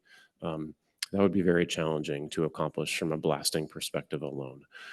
This area over here also not as steep and overhung as we see here, but also not as gradual a slope as we have on Mount Bullard. So again, potentially an area to consider as source material. The rough napkin math on this one is that to displace 1 billion gallons of water in the basin, and just for context, again, recall that the amount of water in the basin that we think we saw this year is about 14.5 billion. To reduce that capacity by 1 billion gallons, which may not be enough, we probably would want to reduce it by more than that. We would need 5 million cubic yards of rock per billion gallons of water, and that's around, depending on the size of the dump truck you use. Just again, for context, we're not talking about getting dump trucks back there. That's probably not possible, but for context, that's about 350,000 dump truck loads. Lots of unknowns, lots of questions on this one. We are not and don't really have easy access to experts in this particular arena, although some folks have reached out and provided thoughts and comment on this one. So that's that. And then the last couple of ideas I'll talk about are not prevention and mitigation issues, ideas. They're what's referred to as flood fighting issues or flood fighting concepts. A handful of vendors have reached out to us. These are two of them. These are sandbag equivalents. This one on the left is water-filled sandbag equivalents. This one on the right is air-filled and water-anchored. So as the flooding comes up, the water sits on top of this flat piece of the material that then anchors the air-filled portion in place. And these are water-filled and they're anchored by straps that are driven into the ground around them. These could potentially be procured and installed to protect private property. And then I just added a note in here. This is kind of really outside the scope of this memo, but something that has come up and something that some folks have engaged in and have been talking to me about is the concept of raising the height of structures, which I know a handful of homeowners have done, and or reconstructing first floors with wet or dry flood-proofing methods. If folks are listening who are interested in that, FEMA has a handful of good resources on their website for wet and dry flood proofing, which was not a concept that I was aware of before this event, but that is apparently something that is relatively common in flood-prone areas. Last thing before I'll stop here is just a couple of notes that anytime we talk about changing the natural environment as a public entity, we always have to struggle through that liability question, which is that when we change something in the natural environment, whether it has to do with flooding or landslides or other natural disasters, or potential natural disasters, we have to struggle with that challenge that when we change something, we may be liable for the potential negative impacts of that thing that we changed and the potential unintended consequences of that thing. I think it's also worth noting that the normal process, that lengthy 7 to 10 year federal process through the Army Corps of Engineers programs, through the Natural Resources Conservation Service programs, those programs, it's probably reasonable to note, help to limit that, help to mitigate that risk. Just by nature of like all the work that goes into them and all the studying that is involved, and an expedited project may do the reverse. From a funding perspective, it seems again, absent a major congressionally driven federal project that is unique to us. Absent that, it seems that we will have need for significant local cost share, multiple ways to fund that, and of maintenance that we need to consider. So I will stop there. Thank you. Thank you, Mr. Barr. Ms. Kester, did you have something to add? I just want to point out that there is a letter in your red folder that is the request to form a working group with the involved agencies and community representatives that Mayor Weldon and President Peterson sent today to the Army Corps of Engineers, NRCS, and U.S. Forest Service. You know, our big struggle with this is it's a federal asset that is impacting our community. So it's in an area that we don't have, not our land, we don't have permitting or jurisdiction over. So involving our federal partners, not only because of the just enormity of the task, but also because of, being Forest Service property, Army Corps, this is what they do. And so the mayor and President Peterson have requested this working group as a starting place to start brainstorming and talking through some of the ideas the Deputy Manager Barr brought forward. And so this is kind of the idea to get the conversation started. Certainly won't be an end to the conversation, but we need these federal agencies, federal partners. You will see that we've also CC'd everyone from the National Weather Service to our federal delegation to our university. They've been great partners. So really trying to bring all minds to the table. You will see a request for an appropriation, $150,000 to in the emergency resolution to facilitate this conversation. I don't have a lot of answers on exactly what that money would be spent on, but I know that even to spend our own engineering time, we need projects to code it to, and so that request to help initiate that dialogue is in your packet tonight.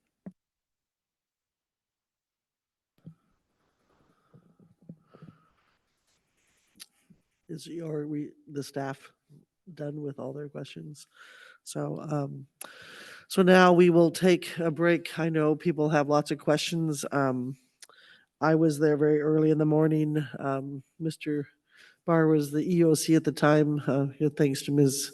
Koch for being in the middle of the night. And I was just trying to get him some pictures of some stuff and try to document the best we can, because we knew that the senators and Congresswoman Peltola would be a few days delayed. So I got to walk the neighborhoods quite a bit. So I got to see the devastation and the results of all of that. So sometimes people just needed a hug, which is one of the reasons we brought the comfort dogs in. And people, just talking to people are still very affected by this. So we will take a 15-minute recess. There we have staff up here. You saw that we had staff back there. So please free to walk around and ask questions at this time. And we apologize to the people on Zoom, but we'll try and get some of the questions compiled at the end of it, and we'll try to answer some of them publicly for the people on Zoom. So 15-minute break. We'll bring the meeting back to order. Thank you, everybody, for their questions. We do have a couple questions that we would like to get out, so we'll start with Ms. Kester. Do you have any questions that you took that you want to share with the public? Yeah, let's see, we had a question about picking up waste from the right of way because there's no longer kind of round the clock DOT and CBJ crews doing that. But rest assured, we will still be canvassing the neighborhoods, looking for waste. It just might take a little bit longer. Feel free to email flood response at juno.gov. That's where we're collecting information. A lot of other ideas and suggestions on mitigation have come up. And again, floodresponse.gov is a great place to continue those conversations. We do appreciate that there's additional public process as we kind of try to wrap our brain around potential mitigation. So thinking after we're able to form this working group that has been proposed, some reporting back to the community and to the assembly would be in order. So those are the things that I heard. I'm happy to pass this to Deputy Manager Barr. Mr. Barr. Thank you, Madam Mayor. Yeah, a lot of conversations about other potential mitigation ideas, everything from trying to find other ways to remove water out of the basin, over the glacier, on top of the glacier, thinking about the glacier's elevation and how water might be diverted there in lieu of a tunnel. A lot of conversation around the potential for levee systems and where levee systems could or potentially work, either around the lake or at certain points along the river. A lot of conversation too around, or some had some conversation too around just the general process by which these federal projects typically occur, and how exemptions might be obtained. And Mr. Barr, one of the questions that I heard was the community outpouring was so great that people have ended up with either pumps or fans and they don't know whose they were. What should they do with those items? Yeah, thank you, Madam Mayor. So I noted that too, and that will be a topic that we'll discuss at our next EOC meeting. I would imagine we will have communication on our flood response page sometime this week about what to do with those items. So if folks could hold on to them for now, and then we'll likely engage in some sort of collection and storage effort in the event that we need to use them again. Thank you, Mr. Barr. Mr. Jacobs, did you have some questions from the public that you thought the rest of the audience should hear the answers? Not anything I can think out right now. All right, thank you for that. Does the body have any questions before we move on? Ms. Hale. Thank you, Madam Mayor. I wanted to just give a little bit of a recap for some of the conversations that we were having, and it's conversations that we have had as well. And it's about communication and the lessons that we can learn moving forward in terms of how to communicate. Obviously, we didn't expect it to be this high, but I think as I'm talking to people who are involved in this, people recognize that communication is critical. And there are ways of doing it, and we'll be looking at those as we move forward. And the other thing I wanted to say is, and we've talked about this some, and I really appreciate the canine dogs, et cetera. I just can't overemphasize how critical the mental health of everybody involved is, and how this is going to crash into people, and it already has to some extent, and it's just really, really hard. All the situations that people have in their lives are still there, and then this flood happens. So I think as we move forward, I think it's going to be critically important that we address that. Thank you, Ms. Hale. Anything further down the line? Seeing nothing, we will go ahead and move on. So that brings us to approval of minutes. Ms. Hale. Thank you, Madam Mayor. I move approval of the January 8th, August 5th, and August 6th regular and special assembly meetings, and I ask for unanimous consent. Any objection? Seeing none, those minutes are approved. Madam Manager, I believe you have an agenda change. Yes, thank you, Madam Mayor. I'd like to remove item J12, which is Resolution 3070. It's a de-appropriation of $25,000 from airport runway safety area shoulder grading. We just inadvertently omitted the actual resolution, so that'll need to be punted to the next meeting. I'd also like to add a brief staff report from the municipal clerk on the primary election tomorrow. Thank you, Madam Manager. Those changes are noted. Okay, next we'll go to public participation on non-agenda items. And we'll have to wait for the clerk to go grab the sign-up sheet.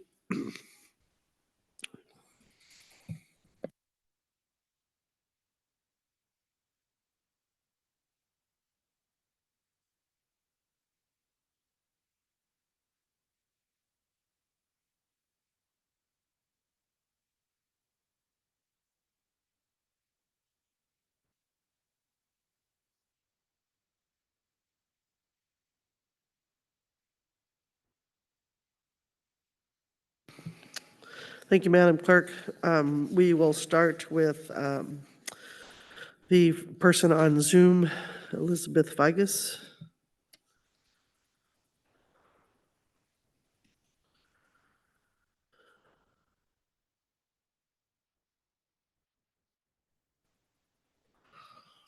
Thank you, Mayor Weldon and members of the Assembly. I hope folks can hear me. We can hear you just fine. Please state your name, even though we can read it on the screen, and area of town you live in, and you have 3 minutes. Thank you. For the record, my name is Elizabeth Figgis and I reside on View Drive. This year was the second year my residence has experienced flooding. And I do want to make a few things clear in this comment, starting with my response to a comment from Deputy Manager Barr tonight. I'm sure the offense was not intentional, but I have lived on View Drive since 2017. And last year was the first year flooding impacted my home. I was out of town at the time and lost everything on my first floor, as well as my vehicle. I'm not quote unquote used to flooding, as you said. I was a victim of this disaster last year and continue to be one this year. Also, generally, in response to comments from all of you city leaders that have been in the media or at the meeting tonight, there is nothing ironic or unexpected about the flood happening exactly 1 year later this year and being worse. This is exactly what the hydrologists told us to expect after last year's unprecedented flooding. While it was much, much worse, this is actually exactly what the scientists studying Suicide Basin told us to expect. So one question I do have is, why did you not expect it to be this high or this bad? Last year, I did witness the city and all of you on the Assembly do a lot of hand waving and make a series of statements on the record that mitigation would be too expensive or too difficult. So I'm very heartened to hear that some real motion is hopefully taking place. However, given the lack of mitigation planning and the certainty that flooding would continue to get worse, it is inexcusable that CBJ did not create even a rudimentary plan for real-time warning of residents this year. This resulted in the deaths of many pets and the near deaths of many residents, with a certainty that some of those families will be affected by the trauma of their experiences for decades to come. You depended on a single text message sent out by the National Weather Service at 7:30 p.m., and that is inexcusable. If CBJ and the Assembly do not prioritize this mitigation, the costs of this annual catastrophic flooding will become exponentially worse, including causing loss of life in the future to humans. I have some recommendations for the Assembly today, and those include that you really all must accept the viewpoint that there are ways to mitigate this future flooding. And I really hope that formation of a serious working group happens and that those meetings are open to the public. I also recommend those meetings take place weekly, not monthly. The Assembly and CBJ should make it a goal to completely eliminate this threat by 2026. I believe it is possible. I do also want to point out that the river cut a massive hole through View Drive this year. And in the future, as things get worse, we do worry that since our road lies on a bend in the river, it will be completely swept away without upstream mitigation. Concerning the recommendation for potentially tunneling through the mountain, I don't think you would have trouble finding people in Juneau happy to take basic rock tailings from drilling a tunnel to the basin. Many of us would happily take some of that at no cost to the city.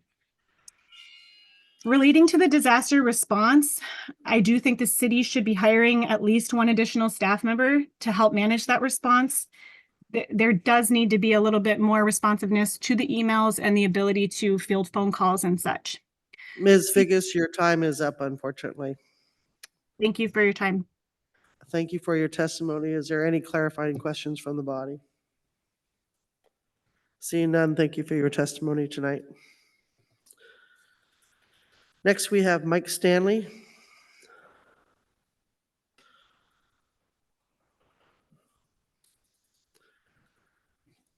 Please state your name and area of town you live in for the record, and you have 3 minutes. And press the button at the bottom there. Thank you. Thank you, Mayor Weldon. My name is Mike Stanley. I live on North Douglas, 7800 North Douglas Highway. I'm speaking today on behalf of the North Douglas Neighborhood Association and the Second Crossing Committee, of which I am the chair. We sent you a letter dated August 8th concerning a recent development in the Planning and Environmental Linkages Study, the PEL study, by which your contractor, Dowell, has proposed to totally eliminate from further consideration the Salmon Creek location as an alternative for a crossing. As we suggest in the letter, I think this is a highly premature. It's not based on sound analysis, and it just shouldn't be happening. But yes, this is what Dowell appears to be recommending. And we think that's going to be a big mistake. Salmon Creek has been part of the suite of considerations, alternatives considered all the way through this, and to try to kick it out at the last minute. Well, we wonder what's going on. And, we have our suspicions about what's going on, but because a lot of what's happening is behind closed doors, we don't know exactly what it is. And so one of the things we'd like to ask you to do is to inquire of your staff, which has been working closely with the PEL study team. Just what is it that they're recommending? Is this a CBJ decision? Is this your policy to remove this alternative from any further consideration under NEPA or other things? I don't believe that the Assembly's ever voted to that effect. So we would like you to take it upon yourselves to inform yourselves what has your staff been doing in your name? Because this, I think, has far-reaching consequences. And I want to emphasize, as we've said all along, we don't favor any particular alternative or even whether a crossing should be built. There's just too much diversity of opinion on North Douglas. But we do think that this Salmon Creek alternative should remain in the mix for analysis through a NEPA process, and that to, at the very 11th hour, the last minute, to kick it out based upon a very speculative scenario is not a good process. We went into this process expecting it to be credible and transparent, and our concern is that now it is neither. And so, that's what we kept. And this is not only our opinion. There's many groups that we've been meeting with that share this view, that there's something going on here behind the scenes that is resulting in this particular recommendation, as well as other things that have taken place up till now, the airport concerns being another one. So anyway, that's all I have, and we'll continue to engage with you on this subject, and we look forward to seeing what Dowell has to say when they finally get around to issuing their report. Thank you, Mr. Stanley. Any questions for Mr. Stanley? Seeing none, thank you for your testimony tonight. Next, we have Dave Hanna.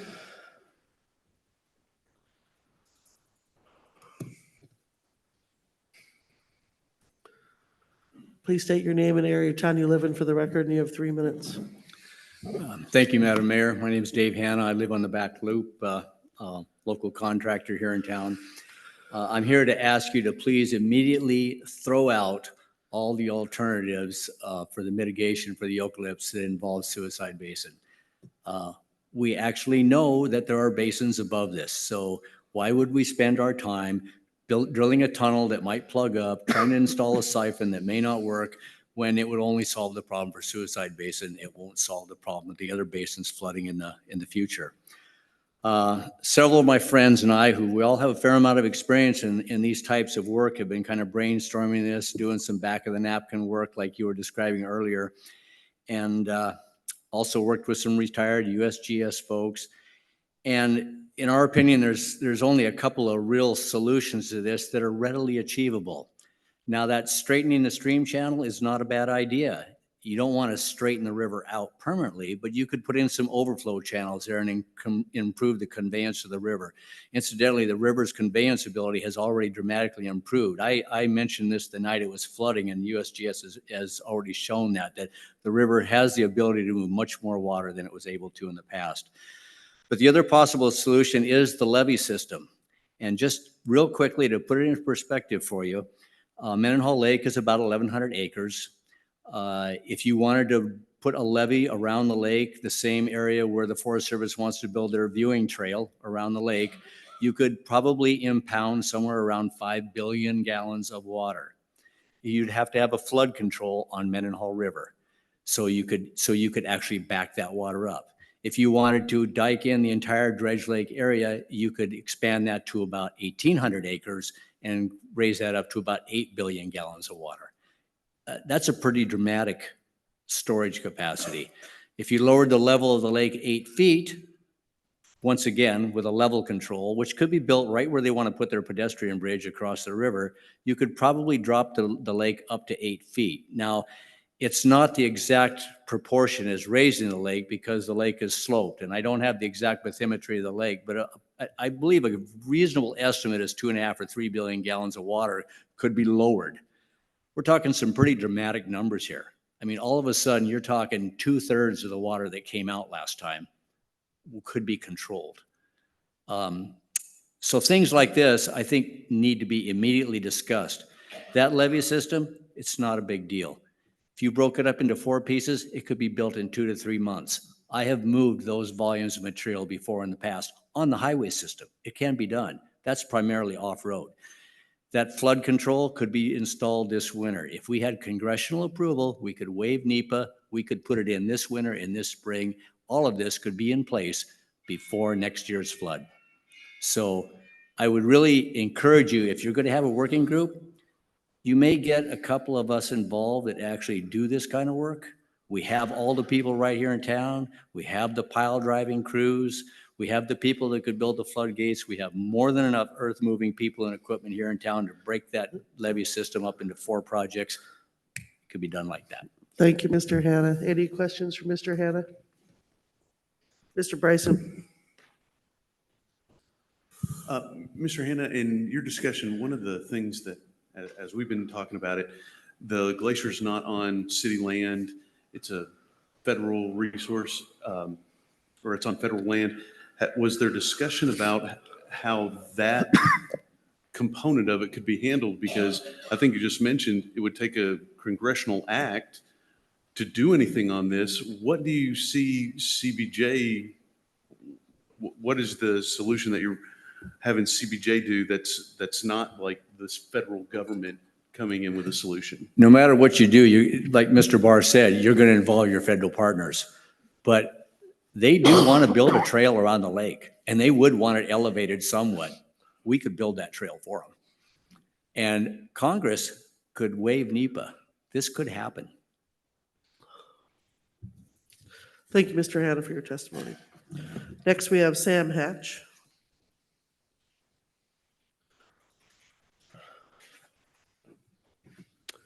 Please state your name and area, town you live in for the record, and you have 3 minutes. Thank you. My name's Sam Hatch. I live on Meander Way. I just wanted to plead really for you guys to take some kind of immediate action to get answers on this. This isn't the sort of thing we can let happen every year. Some of the stuff that can be done locally would be to essentially work on rezoning us all in a flood zone so that people have the flood insurance to deal with this, which has happened annually and is only getting greater. Without the municipality setting building codes that enable homes to survive this, we don't have access to the federal programs and the standards that would allow us to actually endure it. Right now, you're just looking at the eventual destruction of all these neighborhoods. And I don't think that's acceptable to anybody, and I don't think anybody should have to go through that. And we get that by having local engagement, by saying, yes, this is a problem. Yes, we designated it. We're sorry, everybody, you're in a flood zone, but you are. And that's the only way you're going to have the stuff, have the insurance, have the preparation, and have the plans in place to evacuate those neighborhoods before it happens. Imagine, for some reason, if this happened during freezing weather. People would definitely die. Now, we've never had those releases, but they have happened later in the year. We know that it has let loose before. And that's the thing that absolutely terrifies me, is if we get a scenario like that. So either way, we got to figure out how to mitigate, and we can't let go of that. And we have to chase the people responsible. We don't own the land. Make the feds feel responsible for it. Give them what they want. Enable it. And let's do that as much as we can locally and keep everyone engaged and push it as hard as we can to get action. Please and thank you. Any questions for Mr. Hatch? Seeing none, thank you for your testimony tonight. Next, we have Malachi Thornton.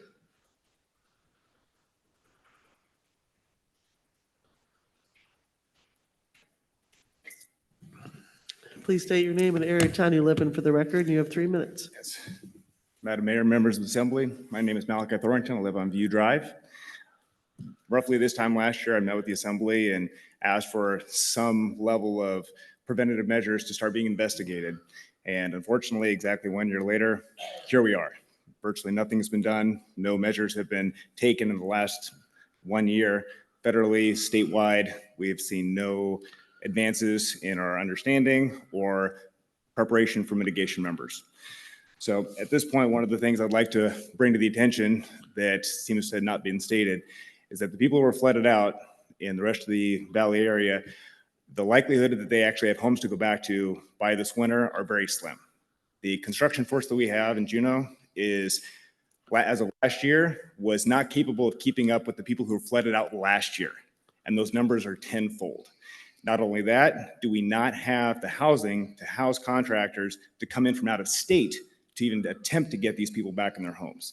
So not only is our lack of housing double down for hurting our community, but it's also is hindering the repair of our community as well. So that needs to be taken into some serious consideration going forward because the winter is very close. Clock is ticking. I already went through this once before, and I'm a fairly resourceful individual myself, being an electrician in town. A very strange set of numbers that I came across when actually investigating some of CBJ's expenditures over the last year. Everybody keeps talking about how expensive and, you know, $150,000 to try to put together for a committee. Meanwhile, just for context, the CBJ spent a $3 million grant on the West Douglas Road to nowhere, hasn't done anything. We've got $10 million loan from Gold Belt to build a tram somewhere up at Eagle Crest that we'll have to pay another $10 million to get that back up and running. So far, the recreational money that CBJ throws around is pretty loose. Throw another $10 million for the Seawalk that actually resulted in a lawsuit.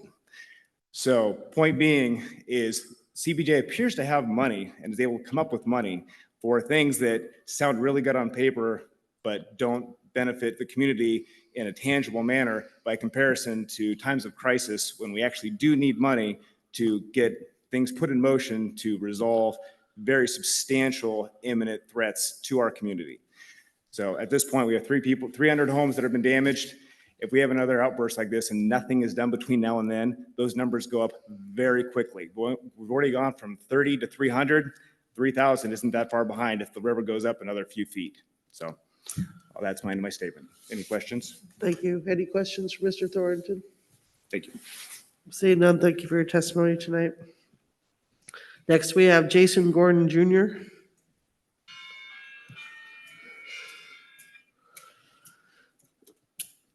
Please state your name and area of town you live in for the record, and you have 3 minutes. Thank you, Madam Mayor. My name is Jason Gordon. I live 1700 Northwood Drive. And one thing I just wanted to bring to attention is the communication and organizations that work together. One thing I would like to see is kind of what we had said about Melvin Park. We had United Ways Salvation Army giving out food, and Team Rubicon coming in later in the week. One thing that I would like to see, this is as big as my voice is going to get, but I would like TNH also to set up something out there as well. I heard TNH and the state were also doing some partnership, and they did a great job. But that's, as far as it goes, all I have to say. Thank you. Any questions from Mr. Thornton? Madam Deputy Mayor. I believe you were involved in the cleanup. Is that correct? Correct. I was actually one of the individuals shown on the slideshow earlier today. Pretty mucked out. I just want to thank you very much. It was my pleasure. It made it an even better experience, getting to some of those houses and seeing some of the elderly folk, retired veterans that aren't able to get into those crawl spaces, and they're still going to have to pay contractors, like we mentioned earlier. Going back to the last subject, I would like to see the city do something about housing, especially in times of need like this. Or, I work with a tribe currently down at the A&B Hall, and we house the National Guard. I want to see some sort of funding for contractors, because like you mentioned earlier, there's a shortage. And not only a shortage, but there's way more work to be done. Electrical, plumbing, everything, installation of fiberglass going back in. I think everyone's doing a fantastic job, and we're doing as best as we can, but everyone's got to realize that this is a time in need, and the arguments can get somewhere as long as they're level-headed and you attack the subject, not the person. And that's one thing I want everyone in the community to keep in mind. I also wanted to thank United Ways and Ryan O'Shaughnessy and the CBJ crew that were out at Melvin Park. It was a fantastic crew. The communication, being able to get dispatched just like that with the crew members and taking care of house at a house, crawl space at a time. Thank you for your testimony, and thank you for your volunteer efforts. Thank you. Next, we have John and Emily Ann Laurie.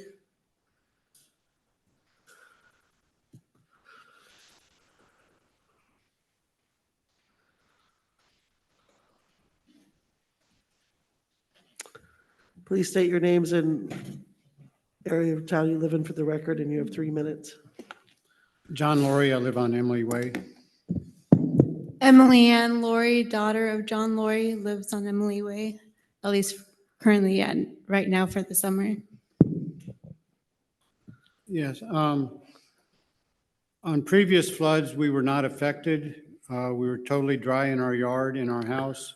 This year, we had over 6 feet of water in our downstairs. We have a 2-story house, and the downstairs we've totally gutted. And I'd like to acknowledge the community response has been incredible, exceeds all expectations. All the groups you've mentioned tonight have helped us, have come by our house. It's more help offered than I could deal with.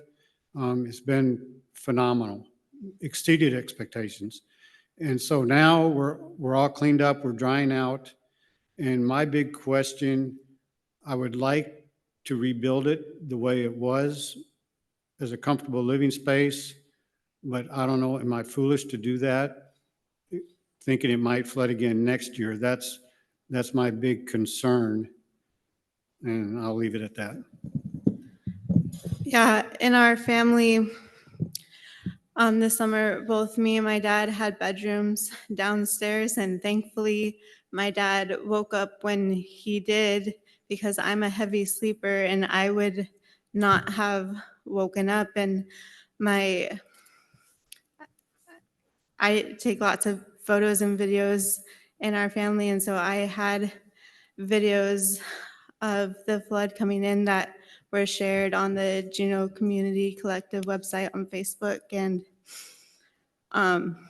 in my family, I have 2 sisters that are in high school that have rooms upstairs that weren't affected. My mom had moved into the garage and made it her nice room, and it was flooded out as well. And And it's a lot to handle and process, especially with my sisters, because they are adopted and have special needs where they cannot handle the chaos and the craziness. They need very much concrete structure and security and scheduling consistency. And so it's just scary to know that this is not over in a way. And also our house, there's a culvert behind our property that had not been maintained for essentially decades. And so our house, the floodwaters did not recede until probably around 7 p.m. Tuesday night. And so it took forever. And yes, it's a very hard thing right now. Thank you. Any questions? I'm sorry you had to go through this harrowing experience, and I know just from watching the video myself that it was very hard on everybody. Just so you know that that video helped show to the senators and Congresswoman Peltola so they could realize how fast it happened and how dangerous it actually was. So we appreciate you taking that video, even though the circumstances behind it was very, very bad. Did I have a question? So thank you for your testimony tonight. Thank you.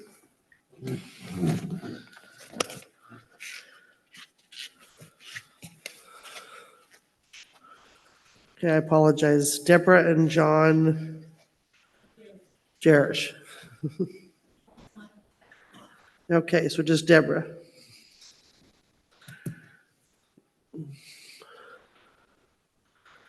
Please state your name and area of town you live in for the record, and you have 3 minutes. Name and what else? Area of your town you live in for the record, and you have 3 minutes. Okay. My name is Deborah Garish, and I live at 9202 Emily Way. I'm one of those people that live right by Riverside, and the river went the other direction. All of us who live in one-story houses, if you haven't been down Emily Way, have basically gutted them. A lot of the people that live on Emily Way, I found out I was taking a mop that somebody had given to us, and I went down Emily Way with this mop, offering it to people. And I found down to people with all kinds of medical situations, MS, cancer, there's all kinds of things. It's not only the trauma of the flood, it's the trauma of what you were living with before the flood hit you in the first place. For example, I have an illness caused by mold. It's pretty scary to have a flood and know that you can get mold again and know that that mold can almost kill you.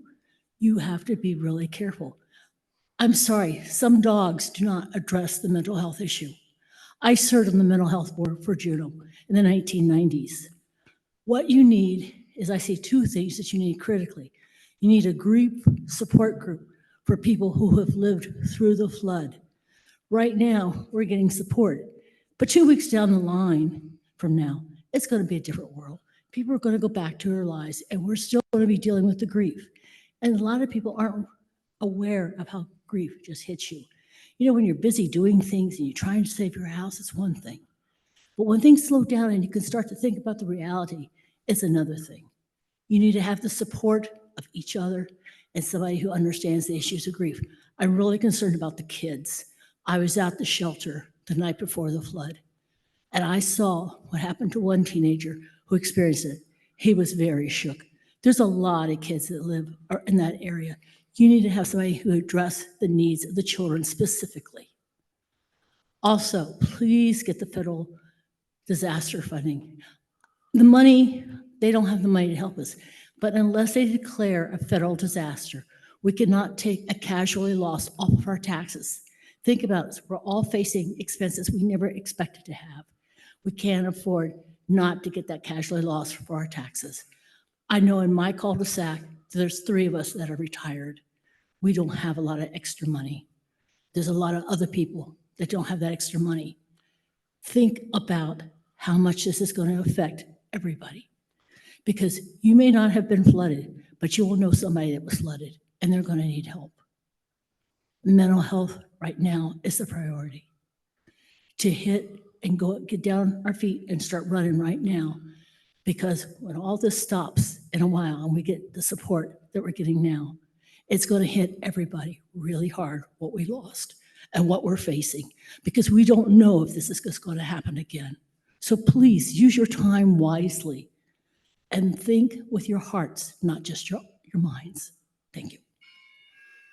Thank you. Any questions? Seeing none, thank you for your testimony tonight. Next, we have Christy Long.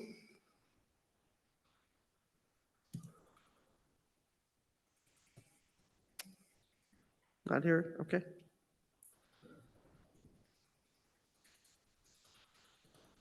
All right, that looks like my last non-agenda item, testimony.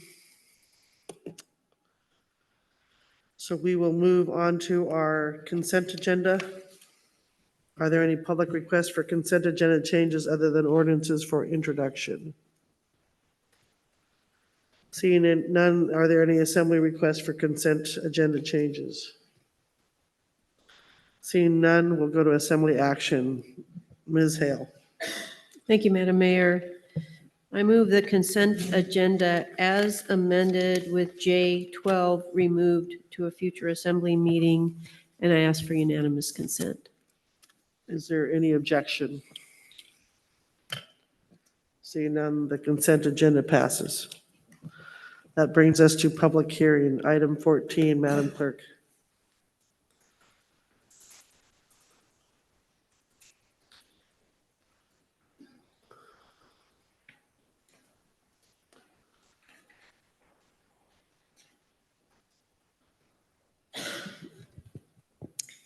Thank you, Madam Mayor.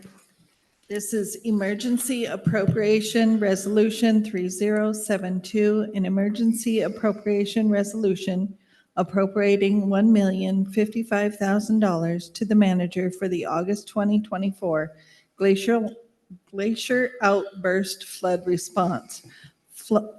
Funding provided by general funds and wastewater funds. Thank you, Madam Clerk. Madam Manager. This emergency resolution would appropriate $655,000 in general funds and $400,000 in wastewater funds to respond to the August 2024 glacial outburst flood. This funding would provide for damage assessment, sheltering assistance, environmental and waste cleanup, repairs to existing CBJ infrastructure and resources, people, equipment, and supplies for flooded structures. CBJ will seek state or federal reimbursement for eligible costs incurred in response to the glacier outburst flood. Funding for this request is needed as soon as possible to authorize CBJ to incur expenses associated with flood response. For this reason, this is an emergency resolution. I recommend the Assembly hold public testimony and adopt this emergency resolution. Thank you, Madam Manager. I have one member of the public signed up for this one, Angela Riddell.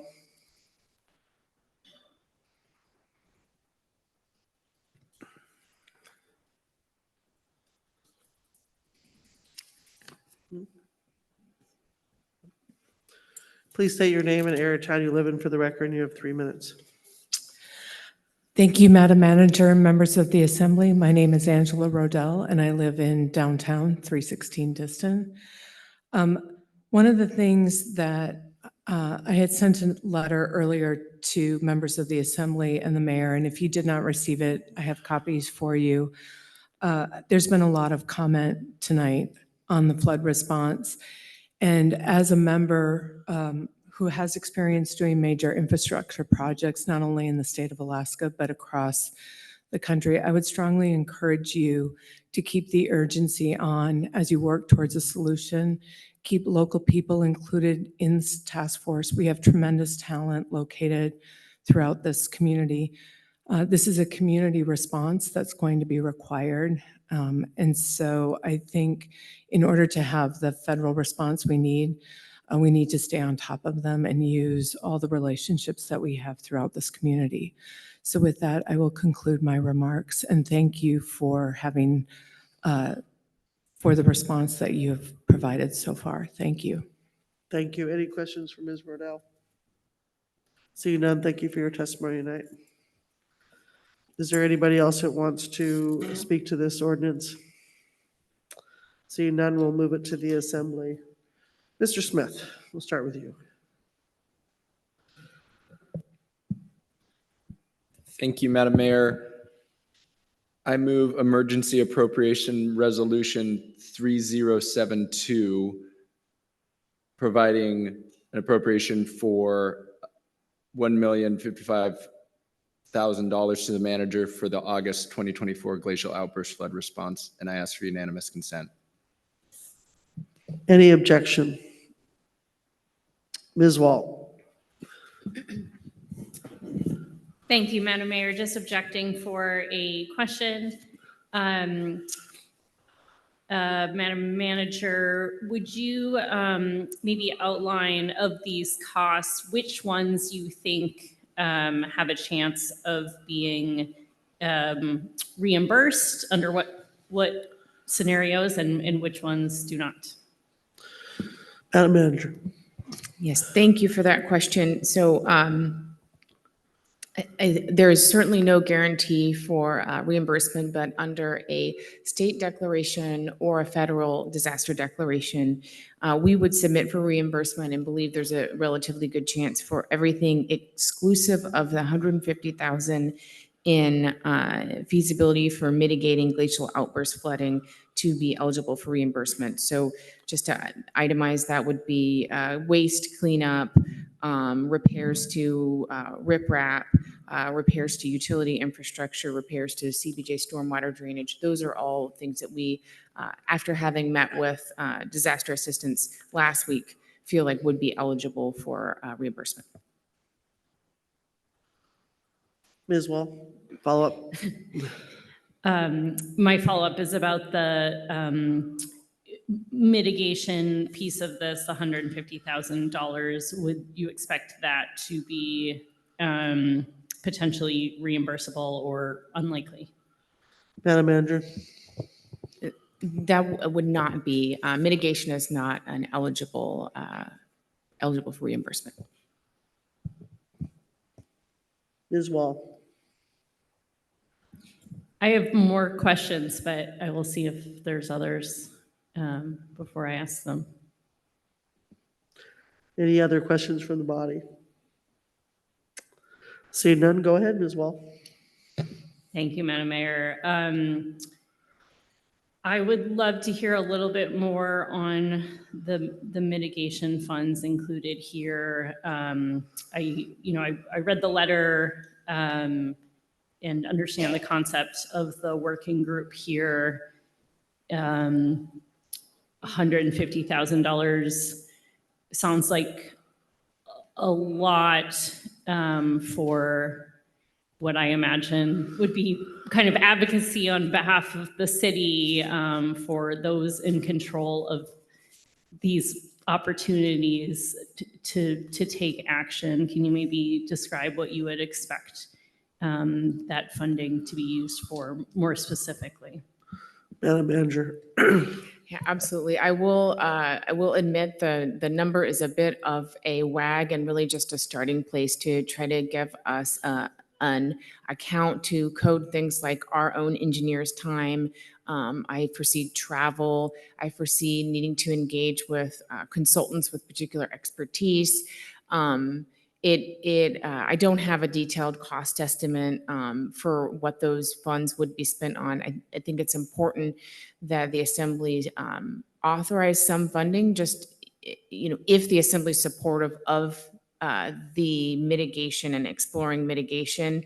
It's important to have funding associated with that, not just for the practical reasons that we would have things to code time to, but also there's a tremendous amount of staff time and resources that, we're not going to be able to code to this particular account involved. So I don't have a great handle on exactly what we would spend that on, but it's probably a drop in the bucket when it comes to an actual solution. So what I would probably do is use this funding to, just start to code some time, do some expenditures, be able to report back to the Assembly at a subsequent committee of the whole. I mean, hopefully we're successful in getting this working group together. I believe we will be. I've talked with all the federal agencies involved, and be able to report back to this Assembly. And at that point, we're going to have a much better idea of an Army Corps feasibility general investigation study. Is that something that this body wants to engage in? Well, that's a 50% match and ranges from $2 to $3 million.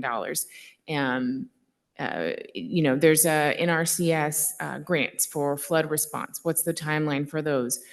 Applying for those grants also, would require resources. So, I don't anticipate like turning around next month and having spent $150,000 and the number is rather arbitrary.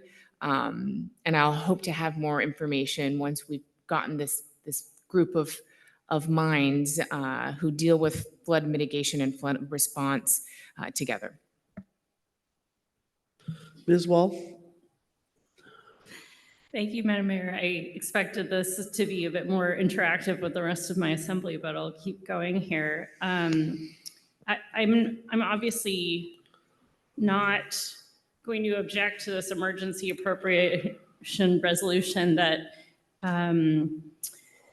includes critical funding for staff to continue to pay for the amazing work that they have been doing responding to this emergency and planning for future work. I do have concerns about that I'd like to talk to this body about at a different time about how we move forward on mitigation. I definitely was a bit in shock today after years of being told that there were no feasible options to kind of get a memo with options. And when I think about the, engineering and the cost and the environmental impacts and the unpredictability and the liability, and then the barriers to doing anything on federal land, I just worry that we are setting false expectations to our community members who are going to have to be making decisions soon about what to do about their properties. And I'm willing to be proven wrong that there is a solution out there, but my gut tells me there isn't on any timeline that we'd be able to fix this before the system changes completely. And so I just want us to go into this clear-eyed that we need to not throw a bunch of energy and time into something that's going to keep people's hopes alive if we really are looking at something that is, extremely challenging to change. And so I'll leave it there. I think that, I trust staff to bring this back to us soon to make sure they have the direction they need to move forward. I can't change this resolution right now in its current form, but I do have concerns. Ms. Wall, are you removing your objection then? I will remove my objection. All right, we have Ms. Hale and then Mr. Kelly.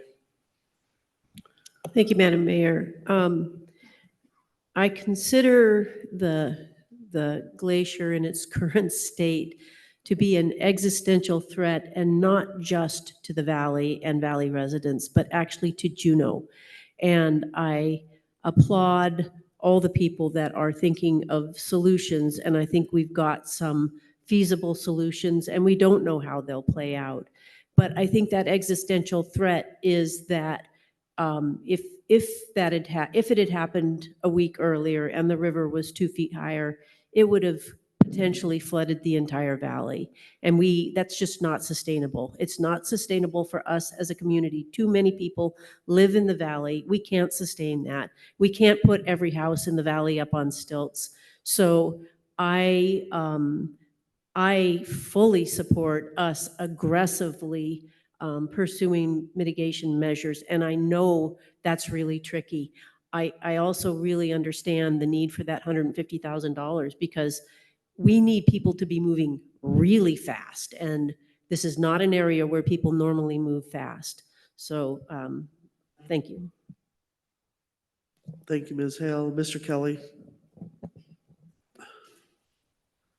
Thank you. I did not want to jump in on the conversation regarding mitigation, though I think it is a very important discussion that we're going to need to have.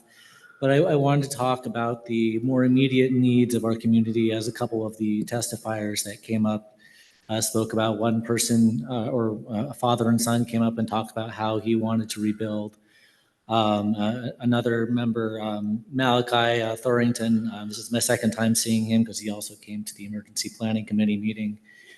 And he voiced concerns about possibly not having enough construction materials or contractors here in town. And so I wanted to get to see how much of this emergency funding might be going towards helping out people who may not have a place to return to before the winter time. Madam Manager. Thank you. So local government traditionally does not engage in recovery for individual property. And there's lots of reasons for that. Just the scale, the difficulty in deciding, who gets what. Certainly if the Assembly wants to take on that role, that's something that you could discuss at a future meeting, what that would look like. There's lots of precedent questions. The state of Alaska has leaned into disaster assistance on the individual level, and they offer individual assistance. They also offer temporary housing assistance. So you can get up to, as a homeowner, you can get up to 18 months of rental assistance if you're displaced from your home. I appreciate that doesn't, make people whole, and it's a challenge in our community where housing is in short supply. Another avenue that the state will help us on is coordinating our volunteers, because volunteer resources are, just easier to engage, and kind of volunteer organizations can make those decisions. So none of the appropriation that's before you tonight will go to recovery for like reconstruction for individual homes. Thank you, Madam Manager. Mr. Smith, and then Ms. Atkinson, and then Mr. Bryson. Thank you, Madam Mayor. Madam Manager, I know you've been focused on recovery and response, and I think rightfully so. I guess, with this appropriating ordinance, do you have someone in mind in CBJ who will be kind of leading on mitigation and forward planning and stuff? Who is that person? Or, I understand maybe you don't know yet because you've been focused elsewhere, but. Madam Manager. Yeah, so I think CBJ Engineering would be involved in any mitigation, and Deputy Manager Barr also, I think would be a great mind to lend to that effort. So I do think, I would be involved as well, which reflects the high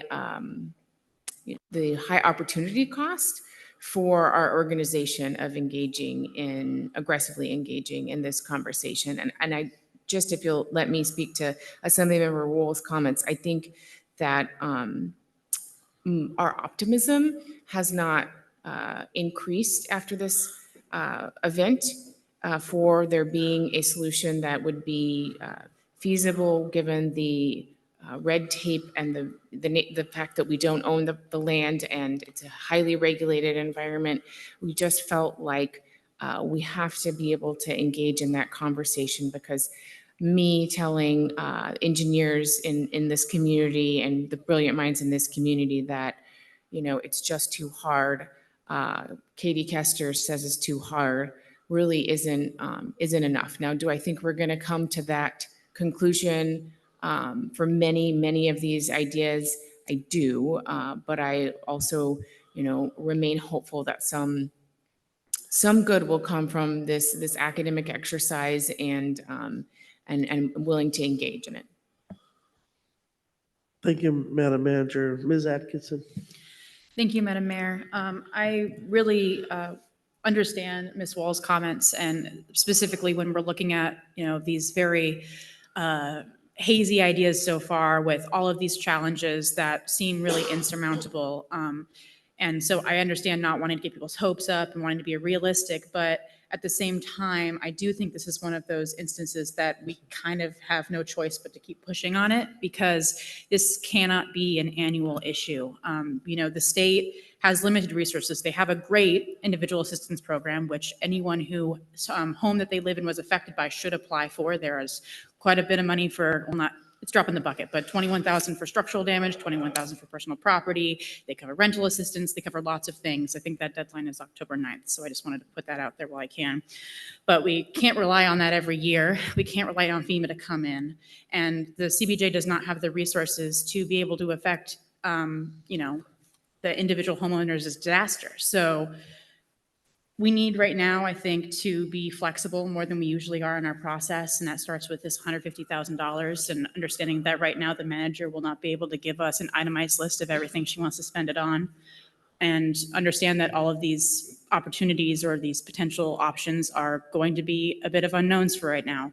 So I hear everyone's concerns, but we do just need to keep pushing and give people a chance to work. And so I just wanted to say that. Thank you, Ms. Atkinson. Mr. Bryson. Thank you, Madam Mayor. I promise I'm going to get to a question at the end. So since this happened last year, glacial flood outburst flooding has been a standing topic at Public Works and Facilities, which I'm the chair of. So every single month, we've gotten an update. Mr. Bryson, I think you need to move your mic closer. Oh, I'm sorry. So every single month, we've gotten an update that talked about what the city was doing, where we were at in the discussion, what was going on. We were getting regular updates. And I wanted to just touch briefly. It was pointed out last year that we were missing some duck bills, and it allowed for some of the storm drains to backflow. During this last year, we got those approved, got it funded, and got them installed. And they were installed, I believe, a week before. And I'm getting head nodded yes.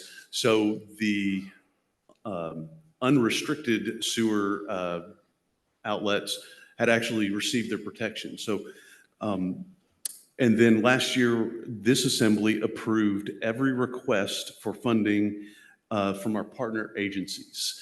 And I'm looking for a nod on that. So everybody that asked for CBJ to participate, provide funding for studies, for monitoring equipment, we authorized and approved every single ask that had been brought to us.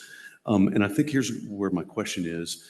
Even at this point, I was under the impression that CBJ was doing every single thing that was within our authority to be able to do.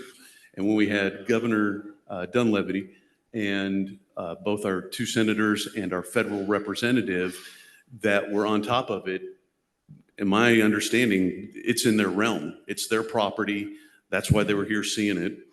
And so my question is there anything else Juneau can do, like the CBJ Assembly, short of the act of Congress, that it's going to take to make these real changes? Is there something that we can do physically, financially, that would be before the act of Congress that we could do as a city or as an assembly? This is either the manager or deputy manager.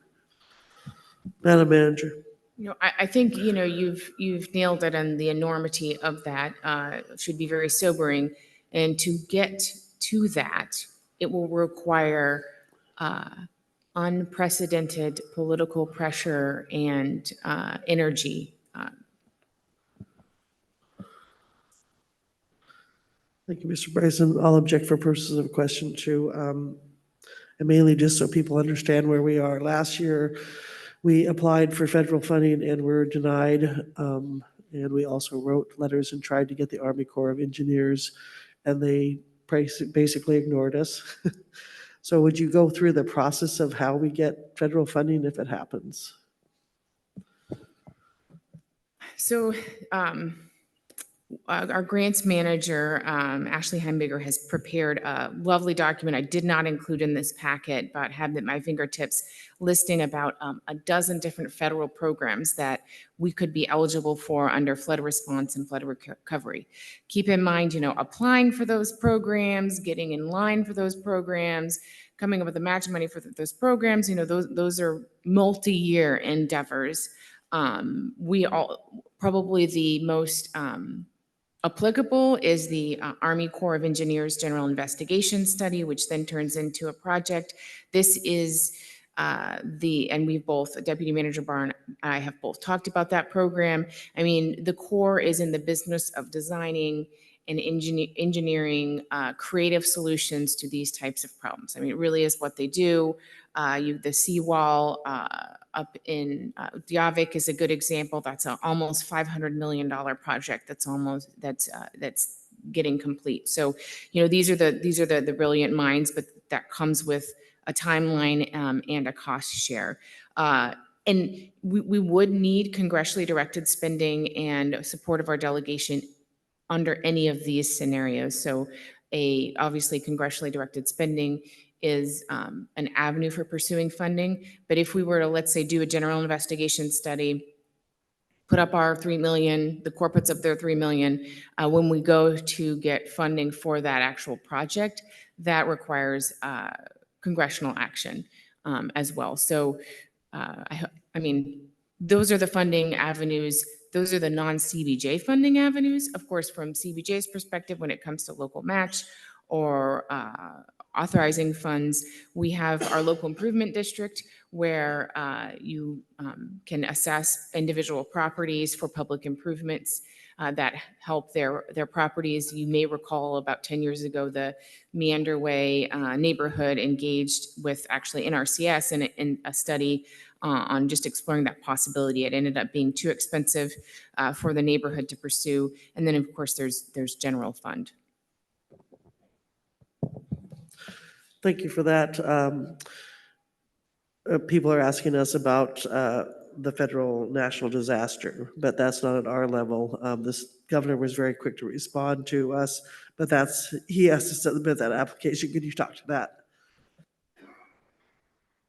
Yeah, so the state of Alaska does intend on submitting a request for federal assistance to make it a federal disaster.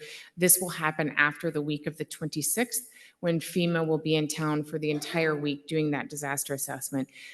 Key data points for that assessment for us as we get the most information possible will be documenting inundation levels. So, we're going around taking pictures. If you have pictures of your house and how inundated it was with dates and metrics, send that to floodresponse@juneau.gov, because we're really trying to get all of that information collated now so that when FEMA comes the week of the 26th, we can make our best case and put that information together. So still won't expect any, I think it took, almost over a month to be denied last year when the state submitted the request, but the request wouldn't be submitted until we've done that documentation process.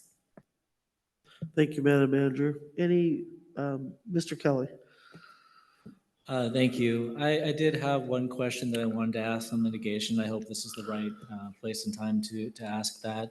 But considering the letter that went out to form this working group, so this might be to the mayor, this might be to the manager. It seemed like there was a pretty big response from within the community and from with all of our state, federal, tribal partners. How quickly do you think we'll be able to get this working group together? Would within the next month be a realistic expectation? I'm just thinking about all of I think the simplest proposal that's come before us seems like it would take a very long time. And so I think the sooner we get started, the better.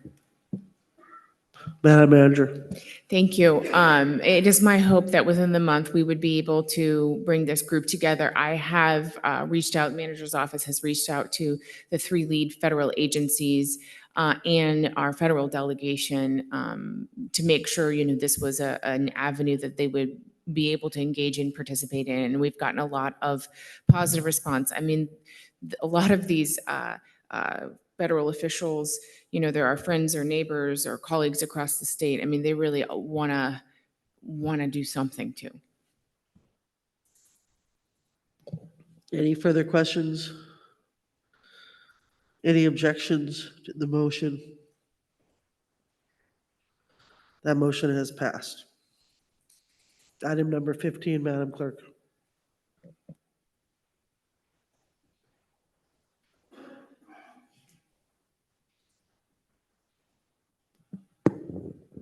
Thank you, Madam Mayor. This is ordinance 2024-27, an ordinance authorizing the manager to execute a lease of the Mayflower Building located at 750 St. Anne's Avenue to the Juneau Montessori School, an Alaskan nonprofit corporation.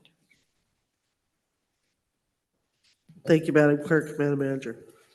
The Montessori School has leased the Mayflower building from CBJ since 1992.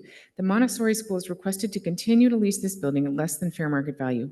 Section 4 of the current lease states that the manager is only authorized to renew this lease with a rental rate at the fair market value. If the lessee seeks to renew the lease at less than fair market value, then the Assembly must first authorize the reduced rental rate. At the April 15th, 2024 meeting, the Lands, Housing, and Economic Development Committee passed a motion of support to continue to lease property to the Montessori School for less than fair market at $2,200 per month. The Systemic Racism Review Committee reviewed this ordinance at its July 30th, 2024 meeting. I recommend the Assembly hold public testimony and adopt this ordinance. Thank you, Madam Manager. Is there any member of the public that wishes to speak to this ordinance? Seeing none, we'll bring it back to the Assembly. Ms. Atkinson. Thank you, Madam Mayor. I move the Assembly adopt ordinance 2024-27, and I ask for unanimous consent. Any objection? Seeing none, that motion passes. Item 16, Madam Clerk.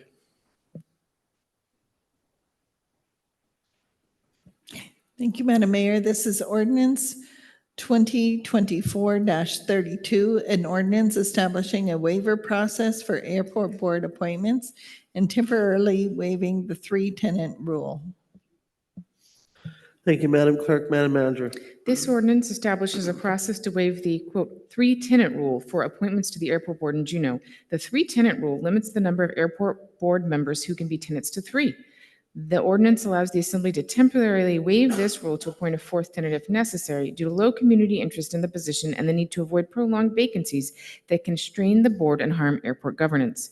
The ordinance includes provisions to prevent conflicts of interest and requires the airport board to notify the Assembly if tenant conflicts reduce the board's majority vote. The Assembly Human Resources Committee requested the creation of this ordinance at its July 29, 2024 meeting and recommended forwarding it to the full Assembly for introduction. Due to the timing of this ordinance and meeting dates, the Systemic Racism Review Committee did not review this ordinance. The airport board reviewed this ordinance at its August 8, 2024 meeting. I recommend the Assembly hold public testimony and adopt this ordinance. Thank you, Madam Manager. Is there any member of the public that wishes to speak to this ordinance? Seeing none, we'll bring it to the Assembly. Mr. Ketley. Thank you. I move and ask unanimous consent that the Assembly approve ordinance 2024-32. Any objection? Seeing none, that ordinance passes. Item 17, Madam Clerk. Thank you, Madam Mayor. This is ordinance 2024-23, an ordinance amending the ordinance formatting requirements. Thank you, Madam Clerk. Madam Manager. CB Code 0120020 governs the formatting requirements of ordinances. This housekeeping ordinance would modernize that code as follows. Update the enacting clause. Clarify that irrelevant code sections do not have to be cited in amendments. Update the font requirements to remove the typewriter era standards. And update the codification and archiving standards to eliminate unnecessary post-adoption work. The Systemic Racism Review Committee reviewed this ordinance at its June 18, 2024 meeting. The Assembly Human Resources Committee reviewed this ordinance at its July 29, 2024 meeting and forwarded it to the full Assembly for action. I recommend the Assembly hold public testimony and adopt this ordinance. Thank you, Madam Manager. Is there any member of the public that wishes to speak to this ordinance? Seeing none, we'll move it to the Assembly. Ms. Wall. Thank you, Madam Mayor. I'm happy to read the most boring ordinance that I've seen since being on the Assembly. I move the Assembly adopt ordinance 2024-23, an ordinance amending the ordinance formatting requirements, and ask for unanimous consent. Any objection? Seeing none, that ordinance passes. Moving on to unfinished business, item 18, Madam Clerk. Thank you, Madam Mayor. This is the new city attorney appointment. Thank you, Madam Clerk. Madam Manager. After an extensive recruitment process, including public interviews in late July, the Assembly Attorney Selection Committee recommends the Assembly appoint Emily Wright as the next municipal attorney as Robert Palmer departs to pursue new opportunities. Ms. Wright currently serves as a CBJ Assistant Attorney. Thank you, Madam Manager. We'll go to Madam Deputy Mayor for this one. Thank you, Madam Mayor. I move with great pleasure that the Assembly appoint Emily Wright as the municipal attorney starting August 26, 2024, with an annual salary of $188,000. And I ask for a roll call vote. Thank you. Madam Clerk, will you call the roll? Thank you, Madam Mayor. Madam Deputy Mayor, for the appointment of Assistant Attorney Wright as the new city attorney. Yes. Mr. Bryson, Absolutely, yes. Mr. Smith, Yes. Ms. Wall, Yes. Walal Hidag, Yes. Mr. Kelly, Enthusiastically, yes. Ms. Atkinson, Yes. and Mayor Weldon. Yes. You have unanimous consent.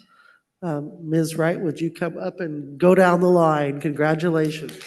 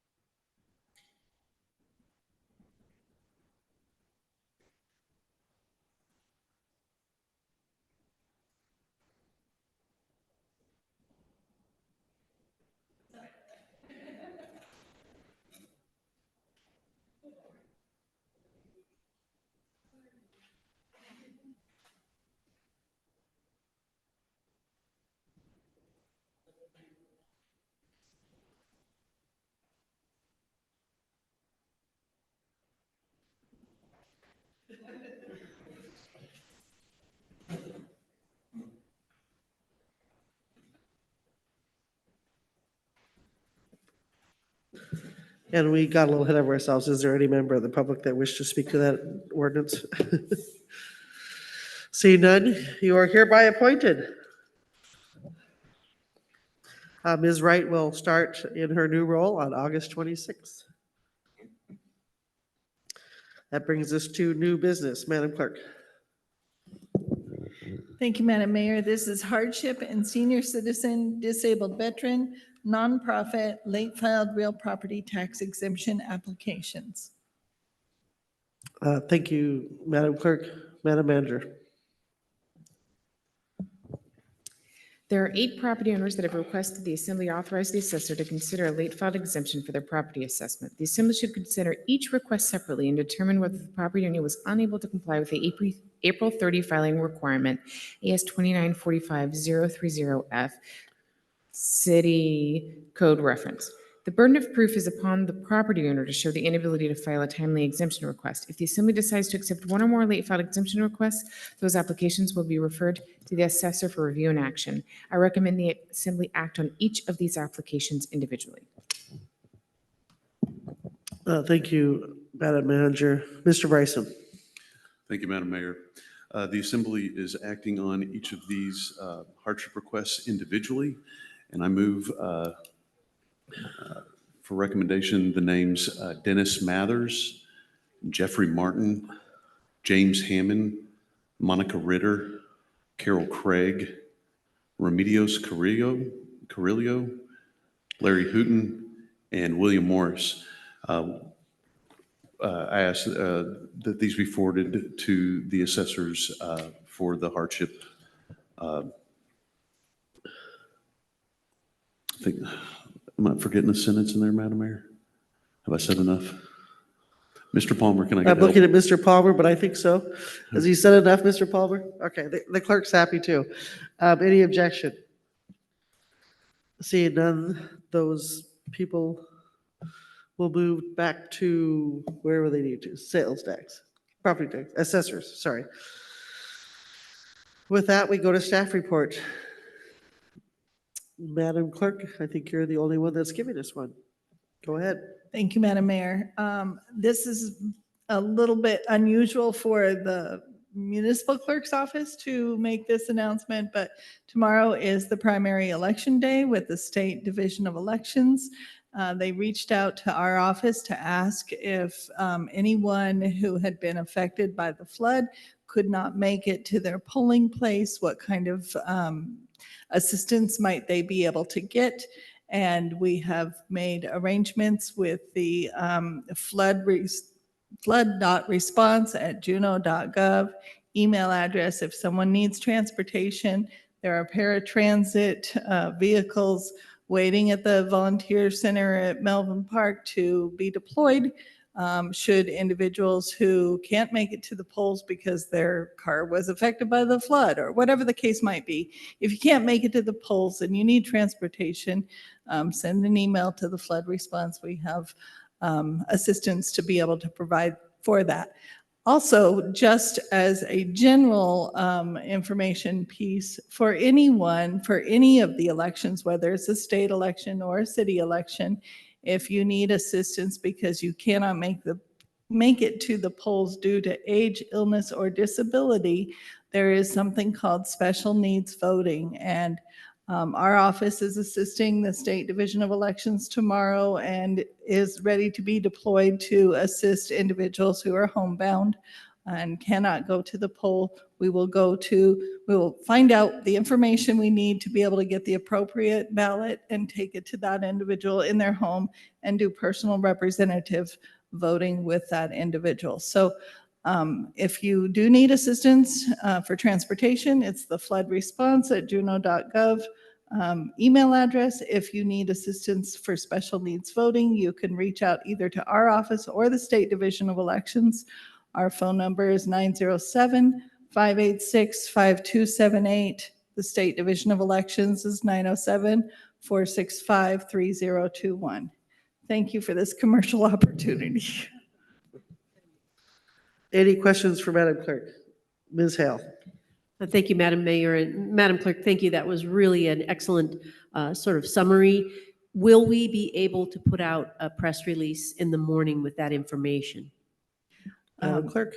If I might, through the mayor, Madam Deputy Mayor, we are not the ones in charge of this election, but we are working in tandem with the State Divisional Elections, and they are already putting out PSAs and information regarding this. Thank you very much. Thank you.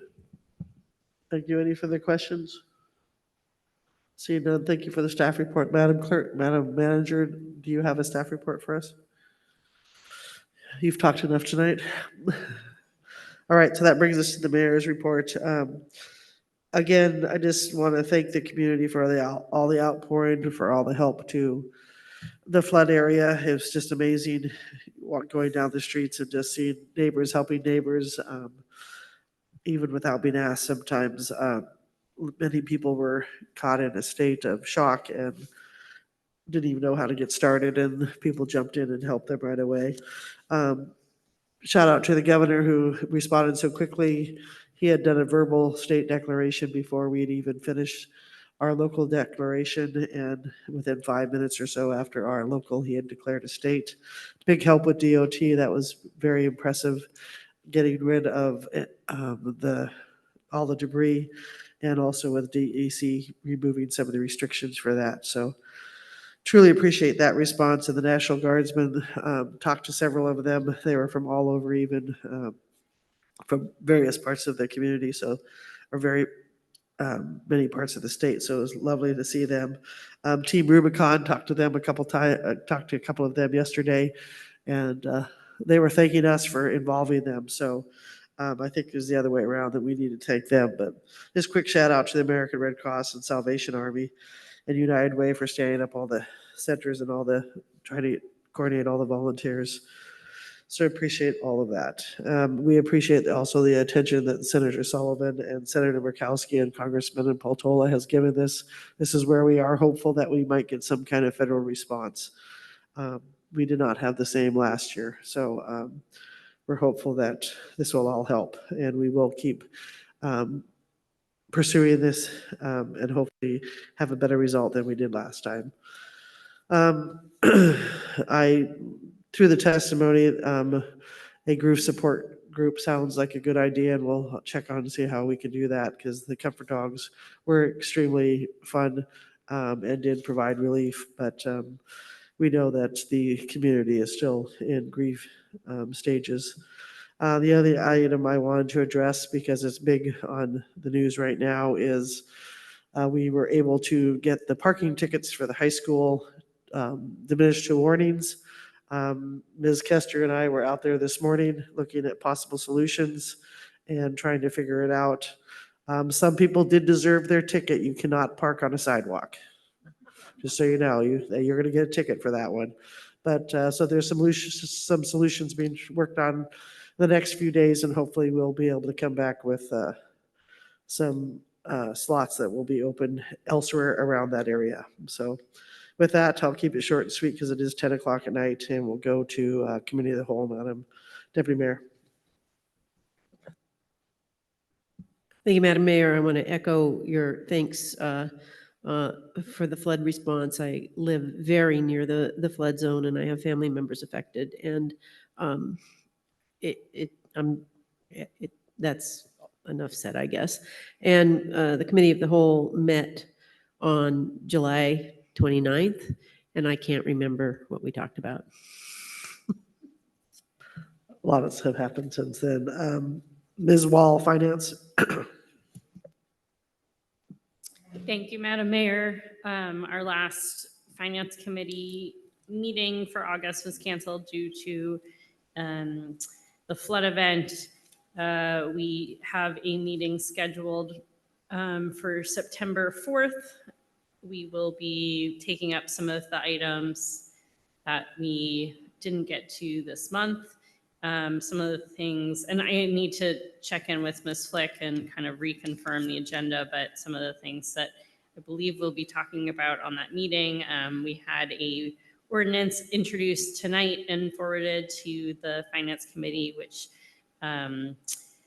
concerns some funding that is being requested for a communication and public engagement strategy that we've talked about over the years. We have a conversation with the hospital ongoing about the services that we are hoping to provide some funding for in concert with them. And then Eagle Crest, I'm not sure if it'll be on the September 4th meeting or not, but definitely something we want to revisit sometime soon, given their, we wanted to revisit their FY25 budget, given there were some uncertainties when they presented that to us. Some things have been changed. There's been some assessment of the needs on the ground. So that is going to be on our agenda, if not at our very next meeting, then the following meeting. I think that's it. Thank you, Ms. Wall. Mr. Bryson, Public Works. Thank you, Madam Mayor. Yeah, Public Works met, and we went over some Federal Transit Authority grants, the Bartlett Emergency Room renovation, the water wastewater rates and the Utility Advisory Board, and we had the river alerts because that was at the beginning of the event, and so we were touching base on it at that Public Works meeting. Thank you, Madam Mayor. That was it. Thank you, Mr. Bryson. Mr. Smith, we have some appointments. Yes, Madam Mayor, thank you. The Human Resources Committee met earlier this evening. We heard from, well, we received some annual reports from a couple of boards and commissions, and then we had some appointments. So to the Youth Activities Board, the Human Resources Committee unanimously recommended, and I move the appointment of Valerie Pyman to the 18 and younger / student seat, and Kristen Hochstoger to the general public seat to the Youth Activities Board, both for terms beginning September 1st, 2024 and ending August 31st, 2027. And then I ask for unanimous consent on that motion. Any objection? Seeing none, those appointments. Very good. Thank you, Madam Mayor. Just one other set of appointments. To the Utility Advisory Board, the Human Resources Committee unanimously recommended, and I move the reappointment of Andrew Campbell and Jeff Larson to the Utilities Advisory Board for terms beginning immediately and ending May 31st, 2027. And I ask for unanimous consent on that motion as well. Any objection? Seeing none, they are appointed, and we thank them for their service thus far. Very good. That was all, Madam Mayor. Thank you, Mr. Smith. So we'll just go down the line for liaison reports and comments and questions. I'll start with Wahagadok. Yeah, thank you, Madam Mayor. I know that we just approved a waiver for the airport board appointments. There was a lot of conversation about the waiver. We sent it to the airport board to have a conversation about it. They're all okay with it being a waiver at this time, but really would like to see some long-term, what are we going to do about this in the future, and what does this look like moving forward? So they asked if I wouldn't mind communicating that. Not a problem here. And then tomorrow is the meeting for Juneau Commission on Aging. Thank you, Wahagadok. We'll start with Mr. Bryson. Thank you, Madam Mayor. I went to the Glory Hall Board of Directors meeting last week, and they appointed Kaya Quinto as the new executive director of the Glory Hall. And I attended Elizabeth Arnett, who recently retired from Travel Juneau, went to her 75th birthday. And those were my community activities for the time period. Thank you, Madam Mayor. Thank you, Mr. Bryson. Ms. Wall. Thank you, Madam Mayor. I was out of town during the last Eagle Crest meeting, so I missed that one. I do know that they did hire a new general manager, Craig Simmons, who comes to us from Vermont. I'm not sure his start date yet, but I know before the season gets going. Also went to a chamber meeting. Was that last week? Yes, last week. They're always very interested in everything that we're working on. You should be expecting a letter from them about the blueprint downtown. They would like to see the assembly pass that by resolution instead of by ordinance. I know we haven't had that conversation yet, but be looking for that from them. And they will be having their first candidate forum this week. It will be school board candidates on Thursday, and I'm sure there are others scheduled for the other races. So keep your eyes open if you'd like to attend those. I think that's all I've got. Thank you, Madam Mayor. Thank you, Ms. Wall. Mr. Kelly. Thank you. Also at the exact same time as the chamber luncheon, the school board finance committee will also be having its next meeting. The planning commission met, and they approved the conditional use permit for the Gastineau Human Services project that we made a contribution towards this last budget cycle. I attended the last emergency planning committee. I learned a lot from the various agencies that were there. There was also a lot of, which in my experience so far seems to be unusual. There was a lot of public interest and public discussion at that meeting, and mitigation and wanting to know what our plans for the future were a big part of that, as well as some things that were also discussed today. For community events, I attended the National Guard dinner. I attended this last week. I attended the Bollywood flash mob put on by the Downtown Business Association, and I've saw Madam Mayor at the Cancer Connection Walk this last Saturday. I did want to just make one comment about this disaster that's affected us. I think one bright point that I've seen is that it seems, one observation I've made, I visited Melvin Park a couple times and there was tons of people there. This community really seems to come together in times of crises. This really seems to bring out the best of people. And so I just wanted to thank everybody, our tribal partners, federal, state, businesses that came and helped out, and of course, tons and tons of individual people. So I just wanted to extend my gratitude to the community. Thank you. Thank you, Mr. Kelly. Ms. Atkinson. Thank you, Madam Mayor.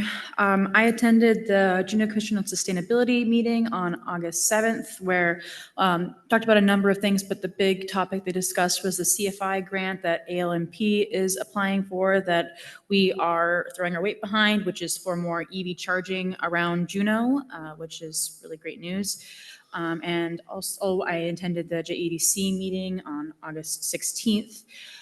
One important thing to note from that is JEDC is going to be pass-through granting some funds for flood response for individuals. I think that there's still some details that need to be hammered out on, how much they have and what their criteria is for granting that, but that's important to know that that will be coming. And on that note, I know I keep talking about this, but I really want to emphasize how important it is that if you are a renter who was affected by the flood, or if your primary residence was affected by the flood, please do apply for individual assistance with the state. There are more programs than I think many people know about, and it's based on real costs. So save your receipts and be sure to give it your best shot. At the very least, it can't hurt, and you may realize there may be more funds that you are eligible for than you realize. Thank you, Ms. Atkinson. And also Juneau Community Foundation has relief, and so does JEDC. So check with both of those agencies. Mr. Smith. Thank you, Madam Mayor. Nothing critical to report. Thank you. You had the best report ever. Ms. Hale. Thank you, Madam Mayor. I'll try to be short. The Committee of the Whole met on August 5th, not on July 29th. And one of the things that we talked about was the Yokaluk, which was happening at that time. The Parks and Rec Advisory Council did not meet on August 6th because there were too many people that would not be there. That's. Thank you, Ms. Hale. And I forgot to say a belated birthday. Happy 90th birthday to Sid Smith. So at a party this weekend. Anyway, is there any member of the public that wishes to talk on non-agenda items that have not talked tonight? Seeing none, any other items of business before the assembly, Madam Manager? We are adjourned.